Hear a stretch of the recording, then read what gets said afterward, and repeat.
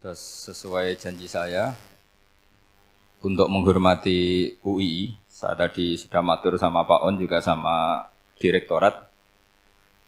UII adalah kampus yang didirikan oleh para ulama, para profesor, sehingga sudah seharusnya setiap makalah ilmiah itu ada referensinya, ada marojeknya.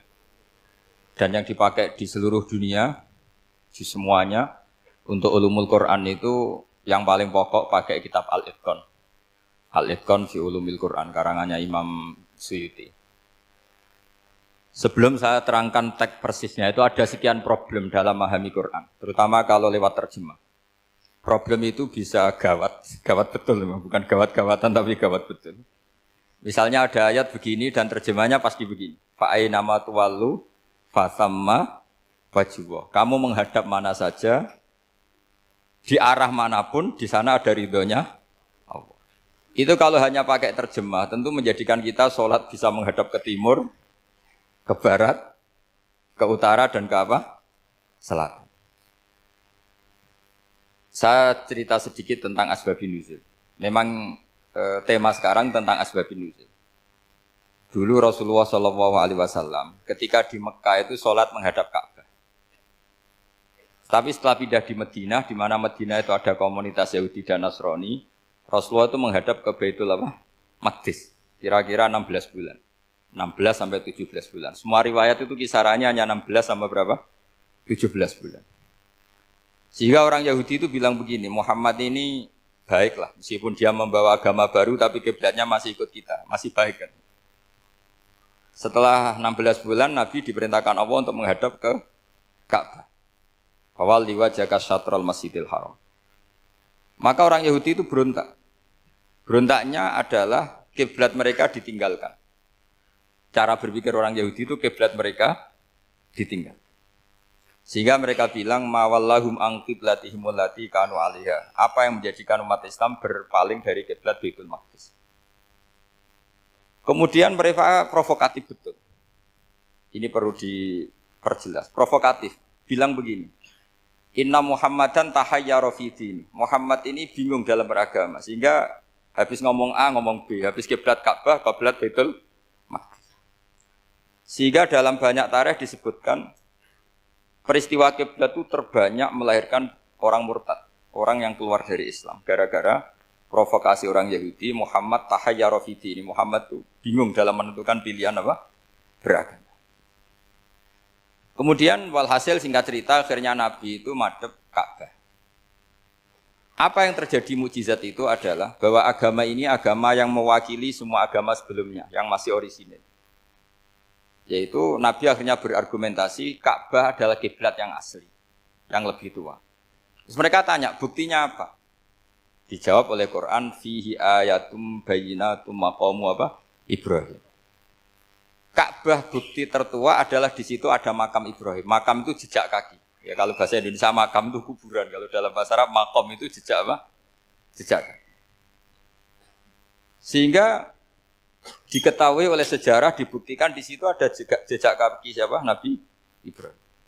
Sementara nisbatnya Baitul Maqdis itu adalah kepada Nabi Musa dan Nabi Harun. Yang ini adalah turunan dari Nabi siapa? Ibrahim. Hikmahnya apa? Begini, sebagai bukti bahwa Baitul Maqdis pernah menjadi poros Islam atau poros Tauhid, maka Nabi Muhammad pernah disuruh menghadap ke Baitul Maqdis. Buat inget-ingetan kalau ini pernah menjadi poros apa? Tahu? Tapi tetap tua-tuaan masih tua apa? Ka'bah.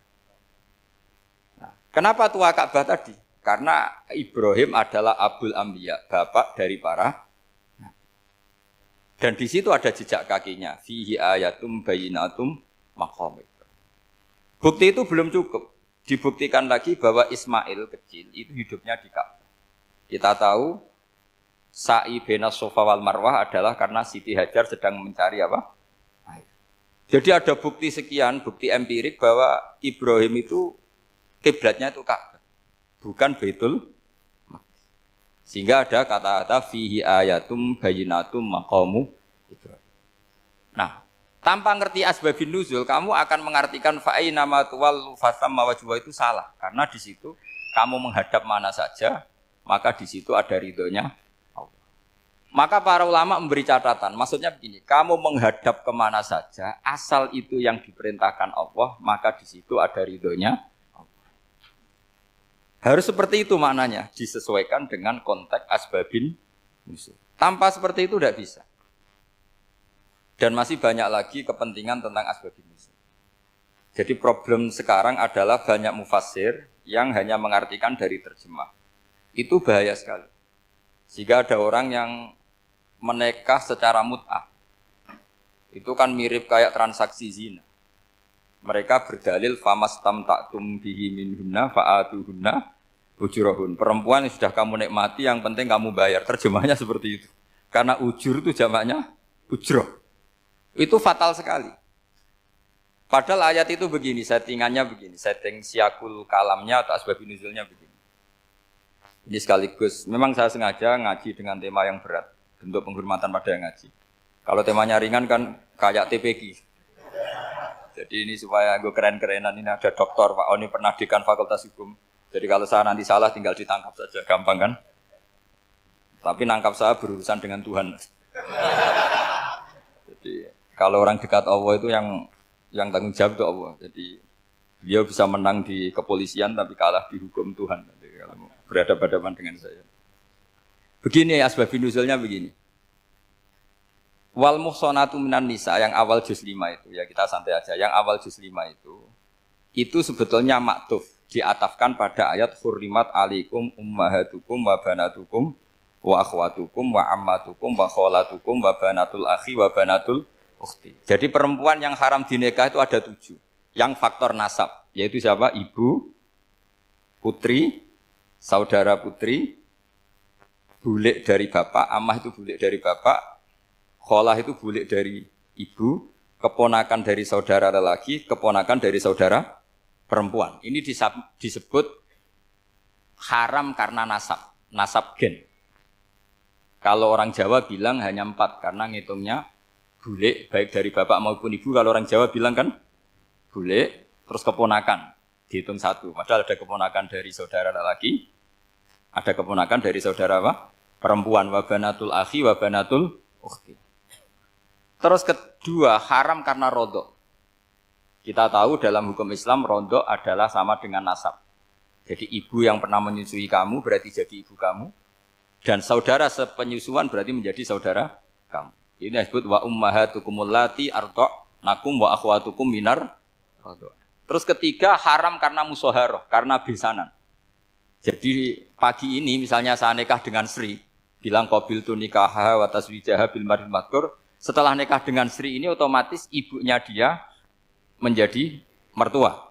Otomatis haram saya apa? Nikah. Ini namanya haram karena musoharoh. Atau kamu punya anak Zaid. Zaid pagi ini akad dengan Sri. Berarti Sri adalah menantu Anda. Otomatis haram bagi Anda. Itu namanya haram karena musoharoh, karena bisanan. Itu yang disebut waroba apa haram-haram itu kan saat terus itu wa ummahatun nisaikum. Apa ibu dari istri-istri kamu. Memang ini agak jelimet, tapi memang syaratnya mufassir harus biasa jelimet. Jangan hanya nyari partai ayat-ayat untuk kepentingan partai. Wah itu ngeri. Kacau Quran dipakai kampanye. Terus itu berarti sudah 3 kan? Haram karena nasab, karena rodok, haram karena musoharoh. Terus yang keempat ini, haram yang bukan karena sebab pada seorang perempuan, tapi karena istri orang. Ini disebut wal muhsanatu minan nisa. Haram menikahi perempuan yang masih milik orang lain. Nah, orang lain yang menikahi ini, istilahnya Allah adalah lelaki yang menikahi perempuan ini adalah lelaki sing muhsinina ghairu musafihin, secara nikah yang sah. Nah, nikah yang sah itu begini dalam hukum fikih Islam. Saya nikah dengan Sri, kalau hanya akad, itu saya wajib bayar mahar hanya separuh. Jadi kalau saya janji bayar 1 miliar, berarti wajib bayar berapa? 500 juta. Kalau janjinya 100 juta, hanya bayar 50 juta. Itu yang wajib bil akdi. Nanti wajib sepenuhnya nunggu bil jima. Kalau sudah hubungan intim baru wajib 100%. Jadi kalau ada di Jawa, nikah dengan seperangkat alat sholat itu yang atasannya tok, Itu wajib karena akad. Nanti bawaannya nunggu setelah hubungan apa? Intim. Lah ini hukum Quran bukan hukum saya. Makanya kan wa in talaqtumuhunna min qabli an tamassuhunna saat terus fanis suma faradtum. Hanya wajib bayar setengah. Nah, perempuan yang sudah diajak hubungan intim itu kata Allah fa'atuhunna ujurahun, maka wajib kamu bayar penuh. Jadi ayat itu tentang perempuan yang sudah dinikah, kita harus bayar berapa? Harus bayar penuh. Ini penting saya utarakan. Nah, problem kita sebagai orang Indonesia ini juga problem Pak On, problem semua kiai. Mahar di Indonesia itu nggak bisa dibahas di Quran karena keterlaluan, kecilnya itu keterlaluan. Saya ini kan kiai, sering ngakatkan tuh sampai bosen, seperangkat alat sholat. Itu ngawur sekali, ini mbak-mbak harus nggak mau gitu. Saya provokasi minimal itu ya berapa? 100 juta berapa? Pantasnya berapa? Pantasnya berapa? 10 gram itu berapa nilainya? Kan 1 gram 500.000, baru 5. Ya sudah mendingan itu, 10 gram. Quran itu bayangannya gini, sambil latihan, yang hafal-hafal biar latihan. Jangan dapat beasiswa karena hafal tapi nggak jelas juntrungannya. Quran tuh bayangannya gini, ini nggak mungkin Quran ini bisa dibaca di Jawa. Wa in aradtum istibdala zawji makana zawji wa ataitum ihdahunna qintaran fala ta'khudhu minhu syai'a. Jika kamu nikah sama seorang perempuan, kemudian kamu cerai, maka mahar yang sudah kamu berikan jangan ambil lagi. Karena mahar di Arab itu mahal, 100 juta, kadang mobil Alphard, kadang GMC. Sehingga setelah menceraikan tuh kebayang menarik. Kok enak dulu saya memberikan itu kan karena dapat servisnya. Sekarang sudah saya cerai, saya tarik. Kalau mahar di Indonesia kan seperangkat alat sholat. Jadi gak kebayang ada kalimat fala ta'khudhu minhu syai'a, jangan ambil lagi. Kebayang ngambil aja enggak? Apalagi kalau nikahnya sudah 2 tahun kan sudah lusuh, sudah. Tapi kalau di Arab itu kebayang karena mahal. Makanya orang Arab suka nikah orang Indonesia karena murah. Jadi bahasa kintoron itu harta yang enggak ternilai. Wa ataitum ihdahunna kintoron. Kok yang enggak ternilai? Mahal betul. Itu pernah saya hitung, ada yang mahar itu 400 juta, ya sekira segitu. Nah makanya setelah dicerai, Allah memperingatkan setelah kamu kasihkan, ya jangan minta lagi. Kenapa kepikiran minta? Karena jumlahnya besar. Kalau di Indonesia kepikiran enggak minta ya? Enggak kepikiran, saking kecilnya. Seperangkat alat sholat, kadang 1 juta. 1 juta itu setelah hubungan intim, sebelumnya yang wajib hanya 500. Itu kan enggak kebayang. Makanya susah ngartikan Quran di Indonesia, kadang susah karena kadang terlalu. Itu pernah Sayyidina Umar radhiyallahu anhu pernah bilang begini, wahai para perempuan, mahar itu jangan mahal-mahal, kasihan para lelaki. Itu ada perempuan alimah ya, orangnya alim betul. Meskipun nggak pernah sekolah di UI, tapi alim itu. Itu usul langsung gini, ya Amirul Mukminin, laisa dzalika laka ya Amirul Mukminin. Waqad qala ta'ala wa ataitum ihdahunna qintaran. Kamu hanya seorang Amirul Mukminin, tidak berhak bikin aturan pembatasan mahar. Allah saja tidak batasi, kenapa kamu batasi? Sehingga dulu yang namanya nikahnya Sulaiman Agung atau Jamaluddin siapa Ratu Agung, kalau hadiah ya sampai tas mahal itu. Ini kan dari bahasa Arab mumtaz mahal, mumtaz itu istimewa, mahal itu tempat. Dia punya istri yang sangat dicintai, dikasih hadiah mumtaz mahal. Terus ilat Jawa jadi apa? Tas mahal. Itu sama Mujid Ulil Albab kalah. Itu kalau cerai kan kepikiran minta lagi. Dikasihkan yang baru. Tapi kalau di Indonesia tidak mungkin karena apa tadi? Seperangkat alat sholat. Begitu nyari yang murah lagi. Yang bagus kitanya, bungkusnya yang bagus. Nah, maka nggak mungkin kita maknani Quran tanpa mengenal yang bernama asbabin. Karena makna ayat itu bisa kacau kalau kita tidak tahu asbabin. Yaitu kayak tadi makna fa'ina ma tuwallu fasamma wajhu. Itu maknanya kan kamu menghadap mana saja, boleh saja di sana ada ridhonya Allah. Berarti kan bisa ke timur, ke selatan, ke utara, ke barat. Itu bahaya betul. Sehingga kata ulama harus mengkaji asbabin supaya porsi ayat ini sampai semana jauhnya itu kita tahu. Tanpa tahu itu tidak bisa. Begitu juga menyangkut kiblat. Sekarang saya tanya, kemarin kan ramai dulu di Kemenak, kiblat semuanya diukur dengan GPS, terus beberapa masjid dikomentari salah. Karena diukur pakai apa? GPS. Kalau dalam bahasa falak disebut yaumarosdil kiblat. Memang bisa diilmon. Tapi pertanyaannya begini, dari awal Allah ngendikan fawal liwajhaka syatral masjidil haram. Kamu yang penting sholat itu menghadap masjid. Masjid itu ya bangunan.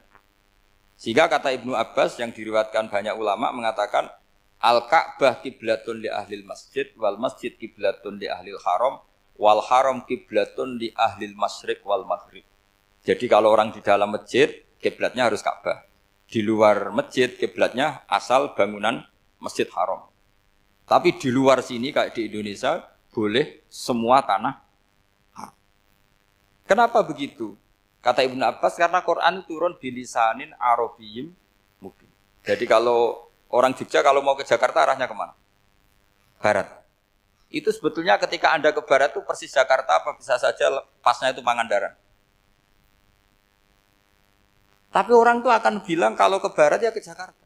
Meskipun presisi Anda tepatnya di Pangandaran. Nah kiblat seperti itu, asal orang menghadap ke barat itu orang sudah bilang ke kiblat. Enggak usah sedetail misalnya harus pas Ka'bah. Saya pernah debat sama tim ahli Kemenang. Enggak bisa Gus, sekarang ada GPS harus tepat Ka'bah. Terus saya bilang gini, kalau teori Anda benar, berarti semua masjid luasnya maksimal 16 meter. Ka'bah itu luasnya hanya 16 meter. Berarti Masjid Ulil Albab yang pojok sana sama pojok sana, kira-kira itu ya sudah tidak kena Ka'bah. Kalau harus tepat, Ka'bah itu kan diameternya hanya 16. 16 sampai 18 kalau nggak salah. Berarti semua masjid kalau ingin tepat Ka'bah harus pas 16. Kalau terlalu luas pilihannya harus cekung. Kan jadi aneh. Makanya saya itu sering Pak, dulu saya ini biasa debat fikih. Kalau di tradisi pesantren namanya Basul Masail. Saya punya teman yang paling kurang ajar, yang paling saya kenang dalam sepanjang sejarah. Dulu itu kalau debat fikih itu ya seru. Kalau aturan fikih kan gini, soft paling baik itu kan soft pertama. Baru kedua, baru ketiga. Yang paling keren kan soft awal, soft. Terus teman saya bilang gini Pak, ya kalau gitu gini aja Gus, desain masjid itu memanjang utara selatan. Biar semuanya soft awal. Gara-gara didesain begini kan ada soft 2, soft 3. Apa susahnya? Kita bikin mulai awal supaya masjid itu memanjang utara apa? Selatan. Supaya semuanya soft awal. Ya kalau ada hukum ya diimplementasikan dalam desain bangunan katanya. Jadi. Itu kan kacau. Terus akhirnya saya jawab, lalu setelah begitu yang paling afdol siapa? Yang dekat imam. Ya sudah, bikin cekong saja kalau gitu. Artinya gini ya, beragama itu yang sehat. Jadi beragama itu berdasar riwayat. Berdasar riwayat, pernah ada ulama yang ngitung. Madinah menghadap Ka'bah itu ya tidak pas. Pernah dihitung pakai GPS. Kiblat Madinah ke Ka'bah itu ya tidak pas. Tidak seperti yang pernah dianjurkan Kemenak. Karena apa? Agama ini ngikuti bilisanin Arabiyyim mungkin. Seperti jenengan gini. Semua ini istilahnya apa? Menghadap Gus Bah. Padahal ada yang agak sana, agak sana. Semuanya ngaji sama siapa Gus? Ya sudah. Istilahnya bertatap muka. Memangnya kita benturan. Ini bahasa. Jadi seperti ini semua namanya apa? Berhadap. Padahal ada yang agak samping, agak samping. Ka'bah juga gitu. Sebenarnya tidak se-ekstrim yang dibayangkan orang-orang. Cuma kalau bisa tepat, ya kita harus tepat. Tapi tetap saja tidak perlu 16 apa? Meter. Nah, fa'aina ma tuwallu fasamma wajhullah itu artinya menghadap. Menghadap itu menghadap arah. Makanya Allah tidak dawuh fawal liwajhaka nahwal Ka'bah tapi fawal liwajhaka syatrul Masjidil Haram. Jadi ini penting saya utarakan supaya kita familiar dengan istilah-istilah Quran. Istilah Quran itu gampang sebenarnya. Kalau kita kaji itu gampang. Problem kita tidak pernah mengkaji. Jadi semuanya asing. Kalau kita mengkaji itu gampang sekali. Saya punya sekian cerita betapa pentingnya mengkaji Quran. Harun ar-Rasyid itu dinasti Bani Abbasiyah. Itu pinter sekali. Ada seorang ustadz yang agak ekstrim. Itu datang ke Harun ar-Rasyid. Ya Amirul Mukminin, inni nasihun laka famusaddidun alaika. Fala tajidanna alayya fi nafsika syai'an. Saya mau nasihati kamu tapi saya mohon jangan masukkan hati. Karena nasihat ini penting. Tapi saya akan keras, vulgar. akan keras, kritik saya akan keras karena Anda sebagai Amirul Mukminin tidak pecus. Apa kata Amirul Mukminin Harun Rasid? Uskut ya Ustadz. Sebagai riwayat uskut ya jahil. Kamu itu Ustadz bodoh, tidak usah banyak omong. Terus ditanya, kenapa saya bodoh? Terus dibacakan ayat faqula lahu qaulal layyina la'allahu yatadzakkaru aw yakhsha. Inna wa ta'ala qad arsala man huwa khairun minka ila man huwa syarrun minni. Wa ma'a dzalika qala ta'ala faqula lahu qaulal layyina. Allah pernah menugaskan seorang yang lebih baik ketimbang kamu, yaitu Musa dan Harun. Musa dan Harun adalah seorang nabi. Kepada orang yang lebih buruk ketimbang saya, yaitu Fir'aun. Itu saja etikanya faqula lahu qaulal layyina. Kamu kalau ngomong yang halus, yang baik, yang berperadaban, kok kamu sama saya mau kasar? Akhirnya ustadznya ternyata pinter kamu, ya pinter aku. Jadi semudah itu. Allah itu menugaskan orang yang lebih baik ketimbang kamu, yaitu Nabi Musa, kepada orang yang lebih buruk ketimbang saya, yaitu Fir'aun. Itu saja ada etikanya. Kok kamu sama saya mau tambah etika? Mau main kasar hanya karena kamu merasa nasihat Anda benar? Jadi gampang sekali memahami Quran. Tapi lagi-lagi memang bagi ahlinya. Tapi ini saya bantu supaya sampean jadi ahli apa? Quran. Meskipun ngajinya sebulan sekali. Sudah sebulan sekali tidak punya kitabnya. Sudah. Jadi ulama dulu kalau belajar Quran itu gampang sekali. Saya berkali-kali cerita. Yang kitab saya baca di rektorat namanya Syajaratul Ma'arif. Itu kalau cerita bikin judul itu enak sekali. Babuna fil ibad bikullil bilad. Bab seseorang di mana saja hidupnya harus bermanfaat.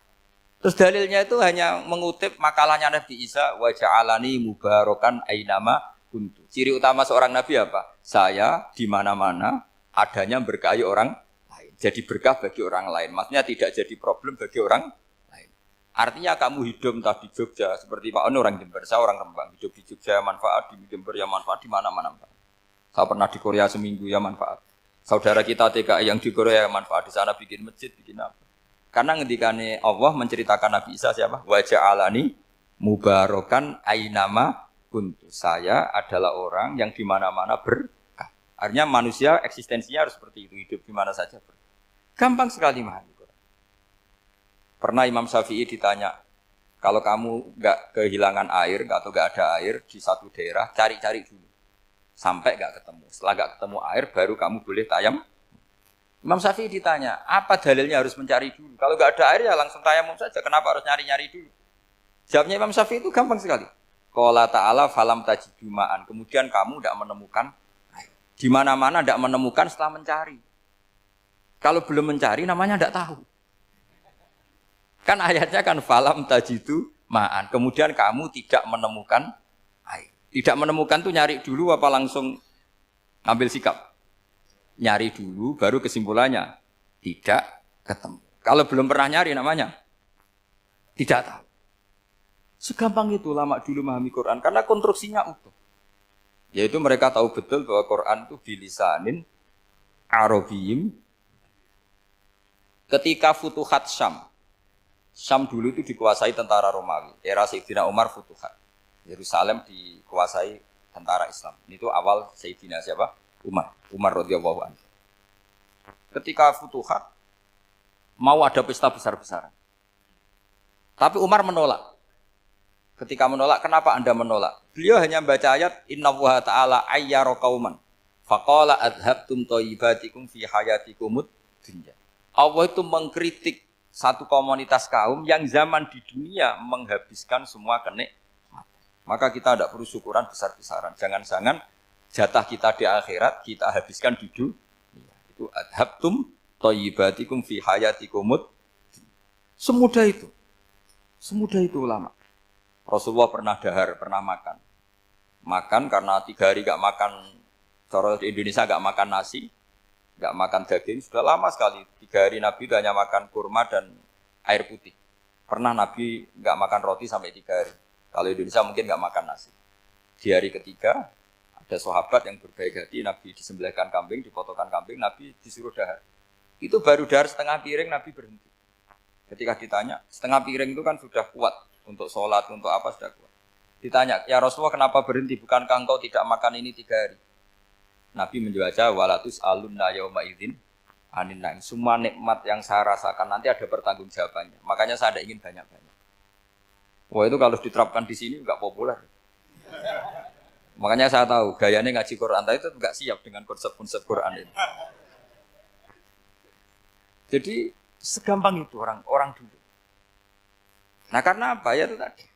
Mereka tahu asbabun nuzul. Quran itu diturunkan dalam konteks apa. Lafat ini arahnya kayak apa. Mutlak muqayyadnya kayak apa. Muhkam mutasabihnya kayak apa. Nasah mansuhnya kayak apa. Nah sedikit saya cerita ini mungkin contoh terakhir. Supaya agak lama-lama. Nanti bingung kalau lama. Yang bingung ya saya.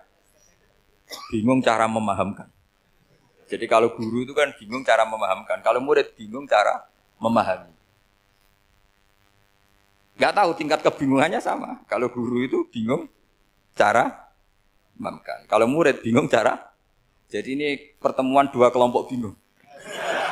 Yang satu bingung cara memahamkan. Yang satu bingung cara. Kalau orang ekstremis bingung cara merusak suasana. Itu nggak benar itu.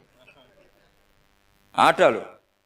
Rasulullah itu nabi. Itu paling pusing yang ngadepi orang-orang yang ekstrem.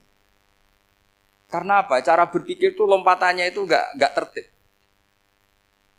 Jadi Nabi itu cara berpikir itu kecerdasan nubuah. Sementara orang ekstrim cara berpikir itu kecerdasan nafsu. Bukan kecerdasan manusia. Kalau manusia masih baik nafsu. Misalnya begini, kalau dalam tradisi nubuah itu. Saya dengan Pak Anu berteman lama, mulai tahun 2000 berapa. Itu kalau Pak Anu bertamu ke saya, harusnya tidak usah tak kasih makan. Karena sudah dekat. Tapi kalau kenalan baru itu dikasih makan, disangoni. Jadi Nabi itu perilakunya agak unik. Akhirnya ada orang yang cara berpikir itu dangkal. Ya Rasulullah ini tidak fair. Yang iman lama tidak diservis, yang iman baru diservis. Cara berpikir Nabi begini. Orang Ansor itu kan sering memberi Nabi. Perjuangannya Nabi ditopang orang apa? Ansor. Donatur lah, kira-kira orang Ansor itu donatur. Donatur itu keren. Karena donatur itu artinya al-yadul ulya khairum minal yadis. Sehingga ketika Nabi sudah menguasai negara, menguasai Mekah Madinah, sudah futuhat, itu orang Ansor tetap enggak diservis. Yang diservis Nabi itu orang-orang baru masuk Islam, disebut wal mu'allafati qulubuhum atau Islam mu'allaf. Ada 1-2 orang yang protes, tentu yang enggak pinter. Tukang protes pasti tidak pinter. Wong iskal-iskalnya sendiri, otaknya enggak sampai-sampainya sendiri, orang lain disuruh jawab. Makanya di sini tidak ada tanya jawab, nanti iskal-iskal kamu sendiri, bingung-bingung kamu sendiri, saya disuruh jawab. Berarti Gus Pak nggak mau ditanya, ya memang nggak mau karena tadi jawab sendiri aja, nanti pinter sendiri, kapan-kapan pinter sendiri. Akhirnya tanya begini, cara tanya gini, ya Rasulullah, ini nggak fair. Orang sudah Islam lama setelah negara terbuka milik Anda, setelah kita menang, setelah kita menguasai negara, tidak kamu servis. Sementara yang baru Islam kamu. Nabi itu bertanya senyum-senyum, rileks saja. Lama-lama tambah ekstrim pertanyaannya. Kata Umar, ya Rasulullah saya beri izin untuk membunuh orang ini. Umar itu pikirannya karena mangkel lo Nabi. Nabi jangan. Kalau kamu bunuh, nanti apa kata orang banyak? Inna Muhammad dan yaktulu ashabah. Dikira Muhammad membunuh sahabatnya sendiri. Nabi masih mendengar. Komplainnya masih mendengar. Lama-lama Nabi memberi penjelasan. Kamu ini orang Ansor. Kamu biasa memberi saya, memberi dana perjuangan. Memberi itu hebat. Saya tidak ingin menurunkan grade Anda. Grade sebagai pemberi, berarti kelasnya elit. Sekarang menjadi penerima. Itu tidak bagus. Itu betapa Rasulullah ini namanya kecerdasan nubuah. Kalau orang biasa memberi, biar memberi saja. Supaya dia tetap heroik, tetap patriotik, tetap keren. Karena mentalnya pemberi. Jangan sampai dari mental memberi, kemudian mentalnya peminta. Jadi kalau Pak On jadi tim suksesnya Pak Jokowi itu ya tidak minta-minta. Kalau dulu kampanye ya kampanye saja. Biar memberi terus nggak pernah minta. Meskipun akhirnya ya gelong. Tapi Nabi dulu didik gitu. Jadi orang Ansor itu nggak pernah diservis. Padahal jasanya kayak gitu. Supaya kelasnya tetap kelas elit, yaitu pemberi, penanggung jawab.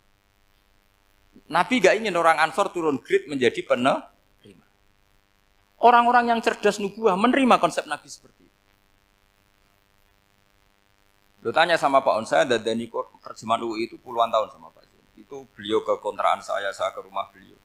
Tidak pernah berharap apa. Saya sangat tertutup. Bukan apa-apa ya, kalau ingin memberi saja. kontribusi saya pada Al-Quran. Saya tidak kepikiran mendapat. Supaya heroik. Tapi orang-orang yang cerdas amatir tadi, ini nggak fair. Wong yang memberi lama kok dapat servis sedikit. Nah, sekarang itu problem zaman akhir sudah mulai seperti itu. Nah, orang ini namanya Dzul Khuwaisirah. Ini yang nanti punya anak turun Khawarid. Khawarid itu orang yang ibadahnya hebat, tapi cara berpikir tentang buah salah. Orang lagi Khawarid itu orang yang ibadahnya hebat, tapi cara berpikir nubuah salah. Nubuah itu unik. Nubuah itu cara berpikir tadi. Apa ya? Melihat sesuatu yang benar biar benar terus. Yaitu tadi, mental memberi itu ya biar memberi terus, tidak usah di-share. Maka ketika Abu Bakar jadi Khalifatul Rasulillah, itu ada sistem kepegawaian. Itu gajinya Umar yang sudah Islam lama, gajinya Abu Bakar yang sudah Islam lama. Itu sama Abu Sufyan sama, padahal Islamnya Abu Sufyan baru setelah Fathu Mekah, kira-kira baru setahun. Terus diprotes sama orang-orang, ini Islam lama kok gajinya sama Islam yang baru setahun kok sama. Kata Abu Bakar, fadhailuhum indallah, mereka punya kelebihan Islam lama itu indallah, nanti balasannya biar surga. Kalau di dunia sesuai profesinya. Artinya profesi kalau penjaga kantor ya berapa, kalau dosen berapa, pokoknya ya sudah. Dan itu diterima oleh sahabat, semuanya nerima konsep itu. Era Umar agak dibalik. Abu Sufyan kira-kira gajinya 1 juta, yang lainnya yang menangi Nabi mulai awal gajinya 10 juta. Ditanya, ya Umar, kenapa ini jadi rubah seperti kebijakan Abu Bakar, tidak seperti Abu Bakar? Jawabnya Umar lucu. Fawwah la usawwi baina man qatala Rasulullah wa baina man qatala ma'a Rasulillah. Demi Allah saya tidak akan pernah menyamakan orang yang dulu merangi Rasulullah yaitu Abu Sufyan dengan orang sing selawase derekno Rasulullah yaitu Sayyidina Ali dan sebagainya. Ini penting. Artinya ketika gajinya orang saya seperti Ali radhiyallahu anhu itu tinggi itu bukan karena lamanya Islam, tapi karena lamanya iman. Jadi mulai dulu ijtihad itu ada dan dulu dia biasa saja. Karena tadi ada kecerdasan nubuah. Saya ulang lagi, ada kecerdasan apa? Sekarang itu kecerdasan tomak atau kecerdasan nafsu. Itu kalau sampai ngaji kitab tasawuf, itu bab bakhil itu tidak ada. Menurut kitab tasawuf, medit itu tidak ada, kikir itu tidak ada. Yang ada itu tomak. Tomak itu berharap dikasih orang lain. Sampean pernah enggak bilang kalau artis-artis di Jakarta kikir? Enggak pernah kan? Karena kamu enggak pernah ingin diberi. Tapi kalau kamu punya pacar karena kenal enggak pernah ditraktir, oh pacar saya kikir. Karena kamu ingin diberi. Pernah enggak kamu ngukumi orang lain kikir yang enggak kenal? Padahal enggak pernah memberi kamu. Apa Kak? Karena kamu enggak pernah ini. Coba sekarang kamu saya tanya, ini latihan cerdas. Definisi kikir itu apa coba? Enggak pernah memberi kamu kan? Artis-artis Jakarta, tokoh-tokoh nasional pernah nggak memberi kamu? Enggak kan? Tapi enggak pernah kamu vonis kikir. Karena kamu enggak pernah tomak. Tapi pacar kamu, kok amin ditraktir terus? Atau istri kamu, atau mertua kamu, kok enggak ngasih warisan, kamu bilang kikir enggak? Sebabnya kikir betul apa karena kamu tomak, berharap? Tomak. Maka di kitab tasawuf itu enggak ada bab kikir, yang ada bab tomak. Karena asal usul menvonis orang kikir itu karena tamak. Maka jangan banyak kenal orang, nanti banyak hukum kamu kan. Sombong juga gitu, di tasawuf itu enggak ada bab sombong. Karena orang hukumi orang lain sombong itu karena kamu ingin dihormati. Ada orang enggak kenal, terus lewat saja enggak tanya kamu bilang sombong enggak kan? Tapi kalau kenal, oh sombong betul, kenal enggak tanya kan gitu. Jadi tasawuf itu sisi unik dari khazanah Islam. Makanya di tasawuf itu enggak ada kritik terhadap kikir. Ya tentu kikir itu buruk, pasti ya kikir itu buruk. Tapi nggak perlu dikritik. Jangan-jangan yang salah kamu. Mau kenal Pak On di PPAI terus ingin jadi sekretarisnya. Terus ingin kenal Pak Jokowi ingin jadi menterinya. Nanti kenal rektor ingin jadi pegawainya. Ketika nggak diturutin bilang Pak Rektor kikir. Tapi orang lain ya Kak pernah berharap. Mungkin nggak menvonis Pak Rektor atau Pak On ini kikir. Enggak kan? Berarti vonis kikir itu status orang itu apa nggak kesampaian niat kamu? Memang agak jelimet ilmu tasawuf itu, tapi itu unik. Itu bagian dari khazanah apa? Islam. Makanya Rasulullah itu sering isti'adah minta perlindungan wa min toma'in fi ghairi matma'in. Ya Allah, saya tidak ingin berkeinginan yang tidak layak. Karena semua dunia ini dimulai dari keinginan. Coba kamu protes negara itu karena apa? Ingin makmur sejahtera tanpa kerja sehingga nyalakan menteri keuangan, menteri ini itu. Makanya kalau guyonannya ulama tasawuf begini, tak beri bocoran. Guyonannya orang tasawuf. Begini guyonannya. Anta lam tajid min nafsika kullama turid. Fa kaifa turidu min ghairika kullama turid. Kamu yang punya keinginan saja tidak bisa memenuhi apa yang kamu inginkan. Kenapa keinginan itu kamu timpakan ke orang lain untuk memenuhi kamu? Wong kamu yang punya keinginan saja tidak bisa mewujudkan. Kenapa keinginan Anda kamu timpakan, bebankan orang lain untuk memenuhi keinginan Anda? Misalnya kamu, Gus saya ini goblok, tolong pinterkan. Wong kamu yang ini saja tidak bisa. Kok menyuruh saya? Jadi kalau tiap tasawuf itu unik. Seperti kamu mencintai istri tulen, itu ingin kan dicintai istri tulen. Kamu sendiri kan nggak bisa cinta tulen, masih pelengahan sana sini. Kamu pacaran, ingin pacar kamu setia. Ternyata kamu bikin sekian alternatif. Kalau putus ini punya ini, putus ini. Tapi kamu ingin ini setia kan nggak fair. Makanya guyonanya orang tasawuf itu, anta lam tajid min nafsika kullama turid, fa kaifa turidu min ghairika kullama turid. Gampang tuh apalane, pokoknya ratrit gitu aja gampang. Jadi kamu yang punya keinginan saja tidak bisa memenuhi. Kok orang lain disuruh memenuhi. Sehingga orang tasawuf itu malu betul. Misalnya saya kok ingin Pak On takdim sama saya itu kurang penggawean. Kalau saya ingin ditakdimi saya menakdimi diri saya sendiri.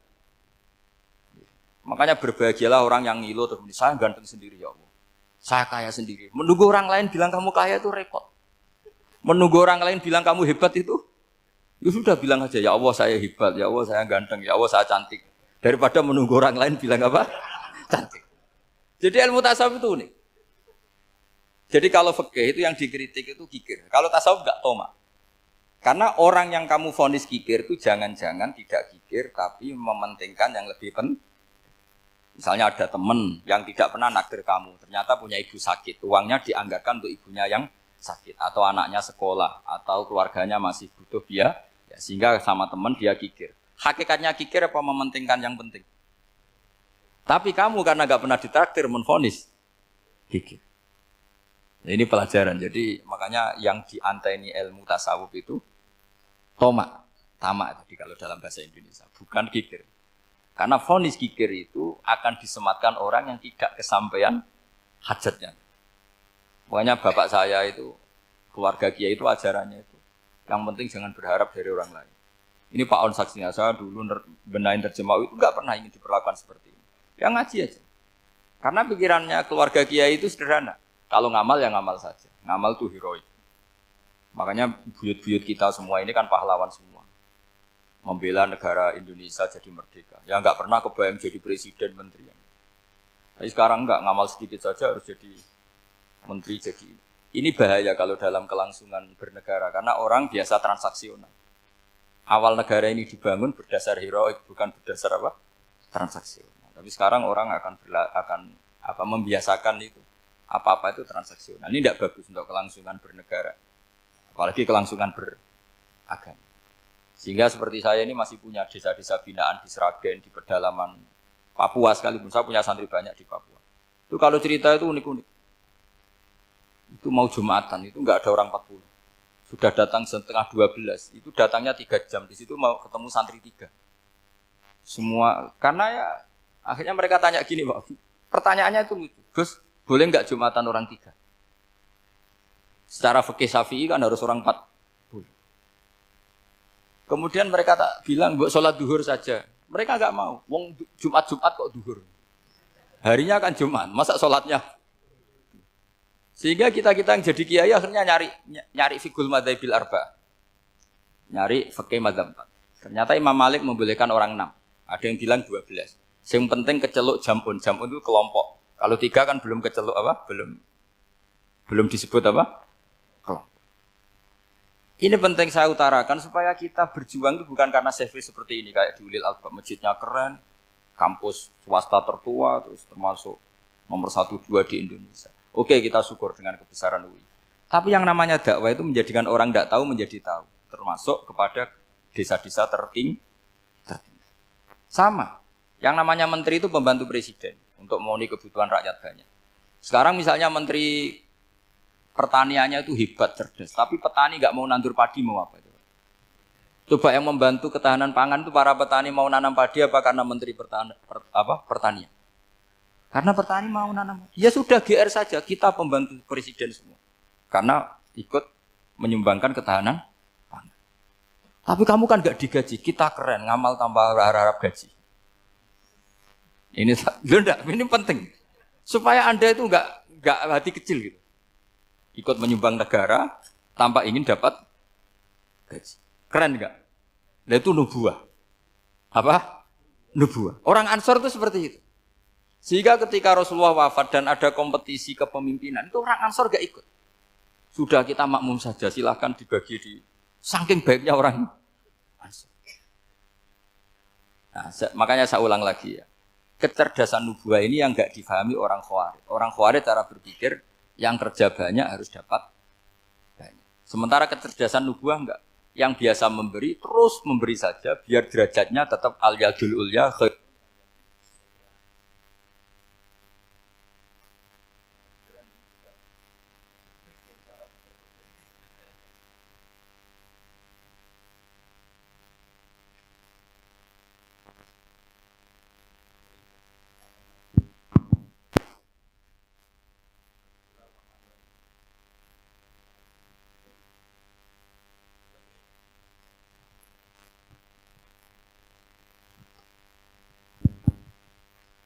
Bismillahirrahmanirrahim. Ini saya baca supaya dapat berkahnya ulama-ulama dulu. Karena ini dikarang oleh ulama yang dipakai rujukan seluruh dunia.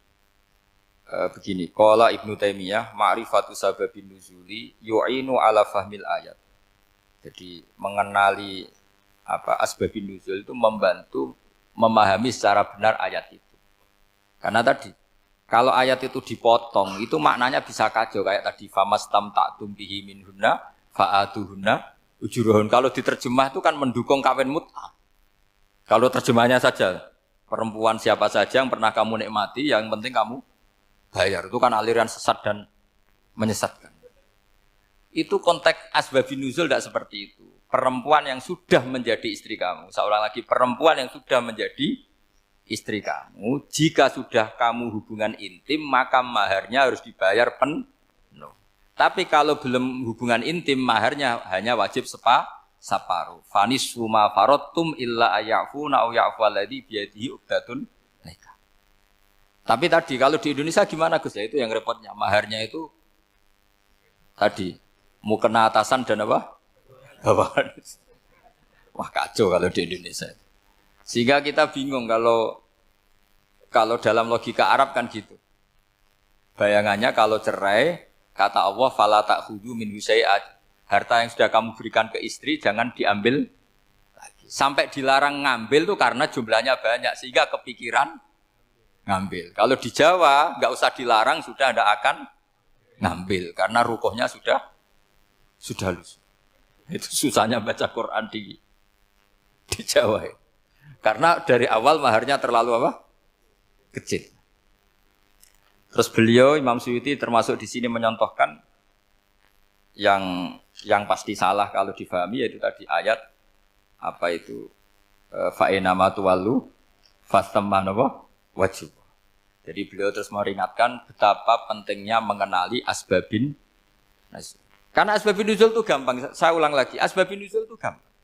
Gampangnya begini ya, kan ada satu peristiwa. Misalnya begini, Rasulullah itu kan mengkritik penuhanan Lata dan Uzza. Berhala-berhala itu dituhankan, dikritik sama Rasulullah. Kemudian mereka begini, karena mereka biasa personifikasi Tuhan. Muhammad, kalau Tuhan itu tidak Lata Uzza dan itu terbuat dari batu, lalu Tuhan Anda itu dari apa? Amin fiddotin audhabin, lalu Tuhan Anda ini dari emas apa dari perak? Karena mereka enggak bisa membayangkan Tuhan tanpa dipersonifikasi. Terus Allah menurunkan qul huwallahu ahad, Allahus somad, lam yalid wa lam yulad wa lam yakul lahu kufuwan ahad. Karena otaknya mereka sudah begitu, yang namanya Tuhan itu harus dipersonifikasi. Makanya saya kemarin di Korea seminggu, cerita yang paling unik gini Pak On, ada bos Islam, ada bosnya TKI yang baik. Mereka mengizinkan pekerjanya sholat. Bareng sholat tuh diingeti ke atas ke bawah, kok enggak ada arcanya. Sehingga setelah sholat dibilang, apa saya berikan berhala sekalipun? Karena enggak kebayang ada orang sholat kok tanpa berhala, tanpa Tuhan. Yang kamu sembah itu mana? Kok enggak ada? Apa tak belikan? Jadi unik. Nah teman saya yang satu unik lagi, dia termasuk pegawai Garuda yang derekno saya ke Korea itu orang pegawai Garuda. Dia karena orang kaya biasa ke Eropa kemana-mana itu. Singkat cerita dia sholat di mall karena nganggep Korea itu sudah negara maju kayak Eropa. Setelah sholat di mall pas asar itu, security-nya nelpon polisi. Pak polisi di sini ada ritual teroris. Jadi kalau menamakan sholat itu ritual. Jadi artinya apa? Ritual-ritual yang kita lakukan itu macam-macam cara pandang. Orang ateis itu kan Cina kan Korea itu kan ya Cina lah, Korea, Jepang, RRC itu kan sipit. Itu ya yang namanya ibadah sembahyang ya harus ada patungnya atau ada arcanya atau ada benda-benda itu. Orang Islam kan nggak ada sama. Makanya mereka itu kok bisa? Problemnya kita, saya ulang lagi, ini problemnya. Problemnya kalau ada itu ya repot. Begini misalnya, ini masih tentang asbabun nuzul. Ini contoh terakhir, tentang masih asbabun nuzul. Umar radhiyallahu anhu, sahabat Umar itu kalau mencium Hajar Aswad itu sambil gedumel. Tidak berdoa, tapi gedumel. Masyhur. Itu ada di Bukhari. Alim tu annaka hajarun la tadurru wa la tanfa. Walau la anni ra'aitu Rasulullah qabbalaka ma qabbaltuka. Saya tahu loh. Nyium Hajar Aswad dicium, tapi sambil gedumel. Saya tahu loh, kamu hanya batu, enggak mandoroti, enggak manfaati. Kamu jangan GR, saya cium itu jangan GR. Kalau saja saya tidak melihat Rasulullah mencium kamu, maka saya ada sudi nyium kamu. Dah gitu aja. Terus itu tiap nyium Hajar itu tidak doa. Kalau kamu kan enggak minta kaya, minta macam-macam. Kalau Umar malah gitu. Nah, kenapa demikian? Itu ada asbabun nuzulnya. Umar itu saksi sejarah. Ketika Rasulullah Fathi Mekah, Nabi kan tawaf terus mencium Hajar. Itu di belakang masih banyak orang kafir. Kebetulan Umar masih di sana. Sudah Islam Umar, tapi dia di belakang. Dengar orang-orang kafir, Muhammad itu tua aneh. Katanya melarang nyembah batu. Ternyata dia nyembah batu. Jadi Nabi nyium Hajar Aswad itu dikira nyembah. Katanya ngelarang nyembah batu, tapi dia kok nyembah batu. Karena Nabi mencium Hajar Aswad. Nah karena untuk menghilangkan stigmasi itu, Umar tiap nyium Hajar Aswad ngomong gitu. Kan ada sound system, mungkin jadi sound system. Supaya jelas bahwa penciuman ini bukan karena menyembah. Artinya mudah sekali kenapa Umar ngomong gitu. Karena asbabun nuzulnya seperti itu. Coba kalau kamu tidak tahu asbabun nuzul, Umar maksudnya gimana? Gak doa, gak apa kok malah ngomong gitu kan. Tapi kalau kamu tahu asbabun nuzul Umar itu yang mendengar komentar orang sama ketika kita tawaf itu kan 3 pertama kan kita lari-lari kecil. Itu ceritanya juga gitu. Rasulullah itu hidup di Medina, terus diterkenalkan miskin. Medina itu kota wabak, kota penyakit, endemik. Dulu Medina, Yasrib itu kota endemik. Sehingga kata orang kafir-kafir Mekah, yaji uliha dalbet kaumun kot wahanat huma Yasrib. Nanti akan datang satu komunitas kaum yang sudah lemas karena kena penyakit TBC dari Yasrib. Nabi dengar itu makanya terus bilang ke para sahabat, tunjukkan kalau kamu kuat dengan cara lari 3 kali. Terus pakai pakaian yang kelihatan maco, yaitu yang dipakai lelaki. Bahunya dikelihatkan. Nah, setelah Rasulullah wafat, Umar menggantikan beliau setelah Abu Bakar. Umar bilang gini, sebetulnya tawaf seperti ini, yaitu lari pertama 3 putaran pertama lari dan memperlihatkan pundak seakan-akan orang maco itu sudah enggak perlu. Karena alasan itu sudah tidak ada. Tapi ini tinggalan Rasulullah, maka jangan rubah ya tetap seperti ini. Akhirnya meskipun sudah tidak ada alasan tadi menjawab stigmasi orang kafir, tetap tawaf seperti itu. Jadi memang agama itu unik. Kadang kita harus tahu alasannya, tapi alasan itu kalau menjadi mahatul hukmi, pijakan hukum sah. Misalnya kamu terus bilang gini, ya berarti tawaf sekarang bebas, gak perlu seperti itu. Kan alasan itu sudah tidak ada. Nah di sini pentingnya riwayat. Riwayat itu begini, logikanya sudah enggak ada, tapi kaifiah itu, cara itu masih kita terus. Dan itu memang, saya ulang lagi, harus tahu asbabun nuzul. Saya beri contoh ya misalnya, wa idza darabtum fil ardi falaysa 'alaikum junahun an taqsuru minas shalah. Terus ayat di mana? In khiftum ayyaftinakumul ladzina kafaru. Jika kamu pergi dalam keadaan takut ditangkap orang kafir atau takut diculik orang kafir, maka kamu boleh mengqasar sholat. Itu jelas ada ayat in khiftum ayyaftinakumul ladzina kafaru. Jika kamu takut diculik orang kafir. Sehingga ketika ba'da Fathi Mekah, setelah Mekah dikuasai Islam, Umar tanya, "Ya Rasulullah, kenapa engkau masih sholat qashar? Bukankah kita sudah aman?" Waqad qala ta'ala in khiftum ayyaftinakumul ladzina kafaru. Allah ngendikan boleh mengqashar itu kalau dalam kondisi takut. Waqad kunna fi amrin, sekarang kita sudah aman. Jawabannya Rasulullah itu unik. Ya Umar, hadihi shadaqatun faqbalu shadaqah. Ini sedekahnya Allah, bonus sudah terima saja, enggak usah catatan-catatan gitu. Sehingga era Umar ya ada lagi yang tanya Umar ke gitu.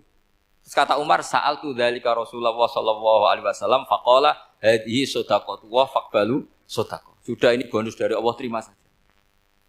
Ini kan unik. Padahal kalau secara disiplin ilmu kan begini. Kamu boleh mengqashar sholat kalau dalam bepergian dan dalam keadaan takut. Logika hukumnya kalau tidak takut, tidak usah. Sama seperti begini. Kamu kalau pergi jauh seperti saya Pak On, itu ngosor sholat apa enggak? Ngosor kan? Alasannya kalau kosor itu, kalau pergi itu masyakot, repot. Sekarang pergi kita pakai Alphard, pakai Innova. Bawa uang, disupirin, itu masyakot enggak? Enggak kan? Tetap boleh jamak enggak? Boleh. Sebenarnya kamu jamak itu karena pengetahuan hukum apa karena enak jamak? Kalau alasannya masyakot, kan sekarang sudah ada. Enggak repot. Ya sudah pakai hadis tadi, ini hadiah, terima saja. Jadi makanya agama itu riwayat. Tapi ada saja ulama yang agak balik loh. Agak balik gini, banyak juga ulama misalnya duwe gawe, ibunya sakit terus ribet jamak sholat. Kenapa? Ribet ngurumat ibu. Makanya ada saja kiai yang duwe gawe mantu itu terus jamak sholat, tapi jangan ikuti. Tapi ada saja karena alasannya jamak itu karena apa? Repot. Ya ada saja, tapi ya jangan ditiru. Cuma saya ini cerita analisis hukum itu memang agak-agak unik. Jadi tadi kadang Nabi itu ditanya, ya Rasulullah, kita dulu boleh jamak qashar ini kan karena in khiftum ayyaftinakumul ladzina kafaru, takut diancam orang kafir. Sekarang aman, kenapa tetap jamak? Jawabannya Nabi, ini hadiah, terima saja. Ya ada sahabat yang bantah, kenapa Nabi? Allah itu zat yang baik, kalau sudah ngaji bonus enggak pernah ditarik lagi. Makanya Nabi kalau berdoa itu unik. Ya, siapa yang disiksa di dunia karena dosanya, fawahu akramu min ayyus sanniya uqubatahu fil akhir. Kalau ada orang salah kok di dunia sudah dikasih sanksi, Allah itu lebih mulia untuk mengulang nanti di akhirat. Akram itu Allah terlalu mulia, maksudnya orang kepikiran wis males ya selesai, tidak akan di. Kalau sampean kan enggak, masih ingin lagi. Jadi itu cara berpikir nubuah. Jadi berpikir nubuah itu beda. Ada orang pas sujud diinjek sama orang fasik. Diinjek, kemudian si yang sujud tadi, wallah la yaghfiru wallahu laka, demi Allah tidak akan ngampuni kamu. Itu langsung Allah memberi wahyu sama Nabi di zaman itu. Bilangin yang sedang sujud itu, dia harus minta maaf sama saya, kata Allah. Mangdzal ladzi yata'alla ala fulan. Dia bersumpah bahwa Allah tidak akan memaafkan orang itu. Itu harus diralat. Nabinya iskal, kenapa ya Allah? Yang Tuhan itu saya ini punya sifat dua, bisa menyiksa dan bisa memaafkan. Kenapa dia milih sifat saya satu tidak memaafkan? Akhirnya apa? Orang yang nginjek tadi sama Allah dikasih tobat dan jadi orang soleh. Jadi itu makanya kamu nggak boleh jadi orang ekstrim nyifati Allahnya satu. Nggak boleh, Allah tetap bisa yaghfiru liman yasha wa yu'adzibu may yasha. Sifatnya Allah dua ya tetap dua, nggak boleh kamu pilih satu. Misalnya kamu kan biasanya gini, yang ghafur untuk kamu, yang sadidul uqab untuk orang lain. Mesti kelakuannya sampean kan begitu. Tidak boleh seperti itu. Rasulullah kayak apa bencinya sama Wahsy? Karena Wahsy itu qatilu Hamzah. Yang membunuh Sayyid Hamzah siapa? Itu bencinya bukan main Rasulullah. Sampai maksud-maksud Wahsy. Tapi sama Allah malah diturunkan ayat laisa laka minal amri syai'un aw yatuba alaihim aw yu'adzib. Muhammad, meskipun kamu kekasih saya itu tidak wilayah kamu, maafkan atau enggak, terserah saya, kata Allah. Ternyata betul, malah Wahsy dikasih tobat. Nah sekarang enggak, orang itu nyifati Allah sama orang lain syadidul iqab, kalau sama dirinya enggak boleh seperti itu. Allah ya sifatnya tetap dua. Jadi boleh kamu misalnya berdoa, ya Allah mbak yang cantik itu semoga dapat istri. jadi istri saya. Mbaknya juga boleh berdoa. Ya Allah, naudzubillah min dzalik. Jadi ini adu kekuatan, nanti terserah nanti Allah pihak yang mana. Kayaknya pihak yang perempuan mungkin. Karena kasihan kan kalau cantik dapat orang apa? Jelek. Saya tuh andaikan boleh fatwa fikih, yang saya haramkan tuh orang jelek dapat orang jelek. Karena kasihan anak-anaknya, tahu-tahu jelek banget. Jadi itu kan kasihan itu. Jadi dalam Islam itu seperti itu. Jadi apapun benci kita sama musuh kita, Allah bisa saja memperlakukan musuh kita secara baik. Karena Allah itu yaghfir. Tetap kita harus sifati Allah yaghfiru liman yasha wa yu'adzibu. Jangan karena kita benci seseorang seakan-akan Allah sama dia pasti yu'adzib. Pasti menyek. Itu yang dicontohkan Allah kepada Rasulnya, itu beliau tidak cocok sama Wahsy, malah Wahsy dikasih petunjuk. Makanya terus ada ayat apa? Laisa laka minal amri syai'un aw yatuba alaihim aw yu'adzibahum. Muhammad, tidak wilayah kamu, saya menentukan mengadab atau Makanya rata-rata kiai ulama itu halim. Orang halim itu rileks. Layinal janib, tidak gampang menvonis orang lain. Biar Allah tetap dengan sifatnya yaf'alu ma yasha, bahwa Allah bisa melakukan apa saja. Soal kamu benci sama seorang, benci saja atas nama kamu. Jangan nyatut-nyatut Allah. Misalnya kamu cinta seseorang, wah ini yang calon presiden ini harus jadi presiden. Ternyata Allah menghendaki jadi menteri, mau apa? Ya Allah yaf'alu ma yasha, mau apa coba? Yang kiai atau Pak On, DPAI, patutnya kan menteri agama itu Pak On. Tapi kalau Pak yang takdir gitu mau apa? Ya sudah, Allah yaf'alu. Santai aja. Itu rileksnya ahlul ilmi, ya sudah santai saja. Ini negaranya Allah, ini kerajaan Allah, ini buminya Allah, ya Allah biarin yaf'alu. Mas, jadi Tuhan Allah kamu yang repot. Kira-kira jadi Tuhan itu Allah kamu yang repot. Ya Allah biar tetap yaf'alu ma yasha. Allah boleh yaghfir liman yasha wa ya'tibu ma yasha. Kalau kalian mengatakan alam raya ini dimulai dari ketiadaan, berarti sama juga kita mengatakan ada wujud, ada eksistensi yang disebabkan oleh ketiadaan. Jadi nanti kan sudah dikabur, kita ini kan, makanya disebut fijat dari itu kan. Maka saya akan ngaji berkali-kali cerita ada orang namanya itu Jubair bin Mut'im. Jadi ada namanya Muhammad bin Jubair bin Mut'im itu katanya dia itu dari adalah orang Arab paling cerdas. Saking cerdasnya dia sampai jadi delegasi ketika mau membebaskan tawanan perang di Badar. Jadi perang Badar intinya menang Nabi yang kalah ditawan, namanya Asra Badri, tawanan-tawanan perang yang mana. Delegasi yang paling cerdas ini datang negosiasi sama Rasulullah, datang Madinah, dia masih kabur. Delalah Nabi pas baca surat waktu dua kita ini maskur firotim mansur wal baitil ma'mur wasatfil sampai pada titik pas salat maghrib. Ya sholat maghrib itu Allah berargumen gini, gak apa-apa saya ada Tuhan, kata Allah, gak apa-apa saya ada Tuhan, tapi buktikan kalau kalian. Caranya gimana? Anda harus yakin kalau Anda lah pencipta langit dan bumi. Amkhalaqus samawati wal ardh. Kalau Anda bala yuqinun, mereka pun dikatakan pencipta langit dan bumi itu tidak mau, karena memang nyatanya mereka ada pencipta langit dan bumi. Kalau ada Tuhan selain saya, kata Allah, aruni madza khalaqu minal ardi am lahum syirkun fis samawati. Kalau ada Tuhan selain saya, tunjukkan reputasinya apa ketika aku bikin langit. Pasti kalau bangun mau menek-menek mau Allah syirkun fis samawati. Kalau tidak bisa bikin langit semua, setidaknya ikut kontribusi. Syirkun itu memberi adil. Borosokan siko juga pokoknya itu turun tanpa sebab. Akhirnya si Jubair ini, Muhammad bin Jubair bin Mut'im dari bapaknya itu Jubair bin Mut'im, datang ke Rasulullah, ya Muhammad, maka kali argumentasi. Akal itu habis untuk menghadapi argumentasi. Makanya saya Islam saja. Sehingga di Islam ada tradisi jadil, apa perdebatan. Dan itu kalau debat, dorong Jawa itu sekak mati, ya, dorong Jawa dalam sekak. Karena memang argumentasinya, konversinya.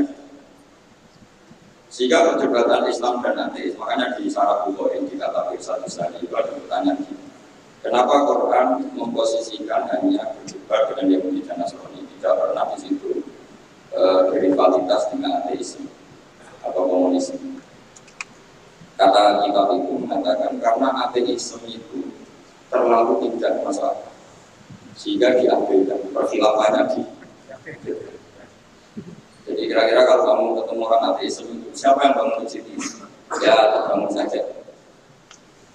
Jadi dia tidak mau berpikir asal usul misalnya tahu masjid ini membangun siapa? Ya, bukannya apa?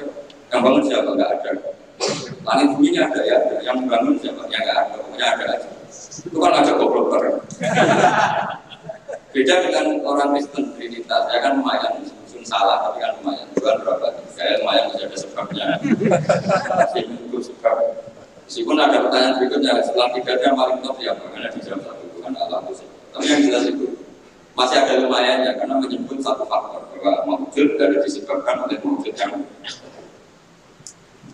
karena mewujud pencipta itu pencipta, maka statusnya di mana-mana pencipta itu harus wujud lebih awal dibanding yang dicipta.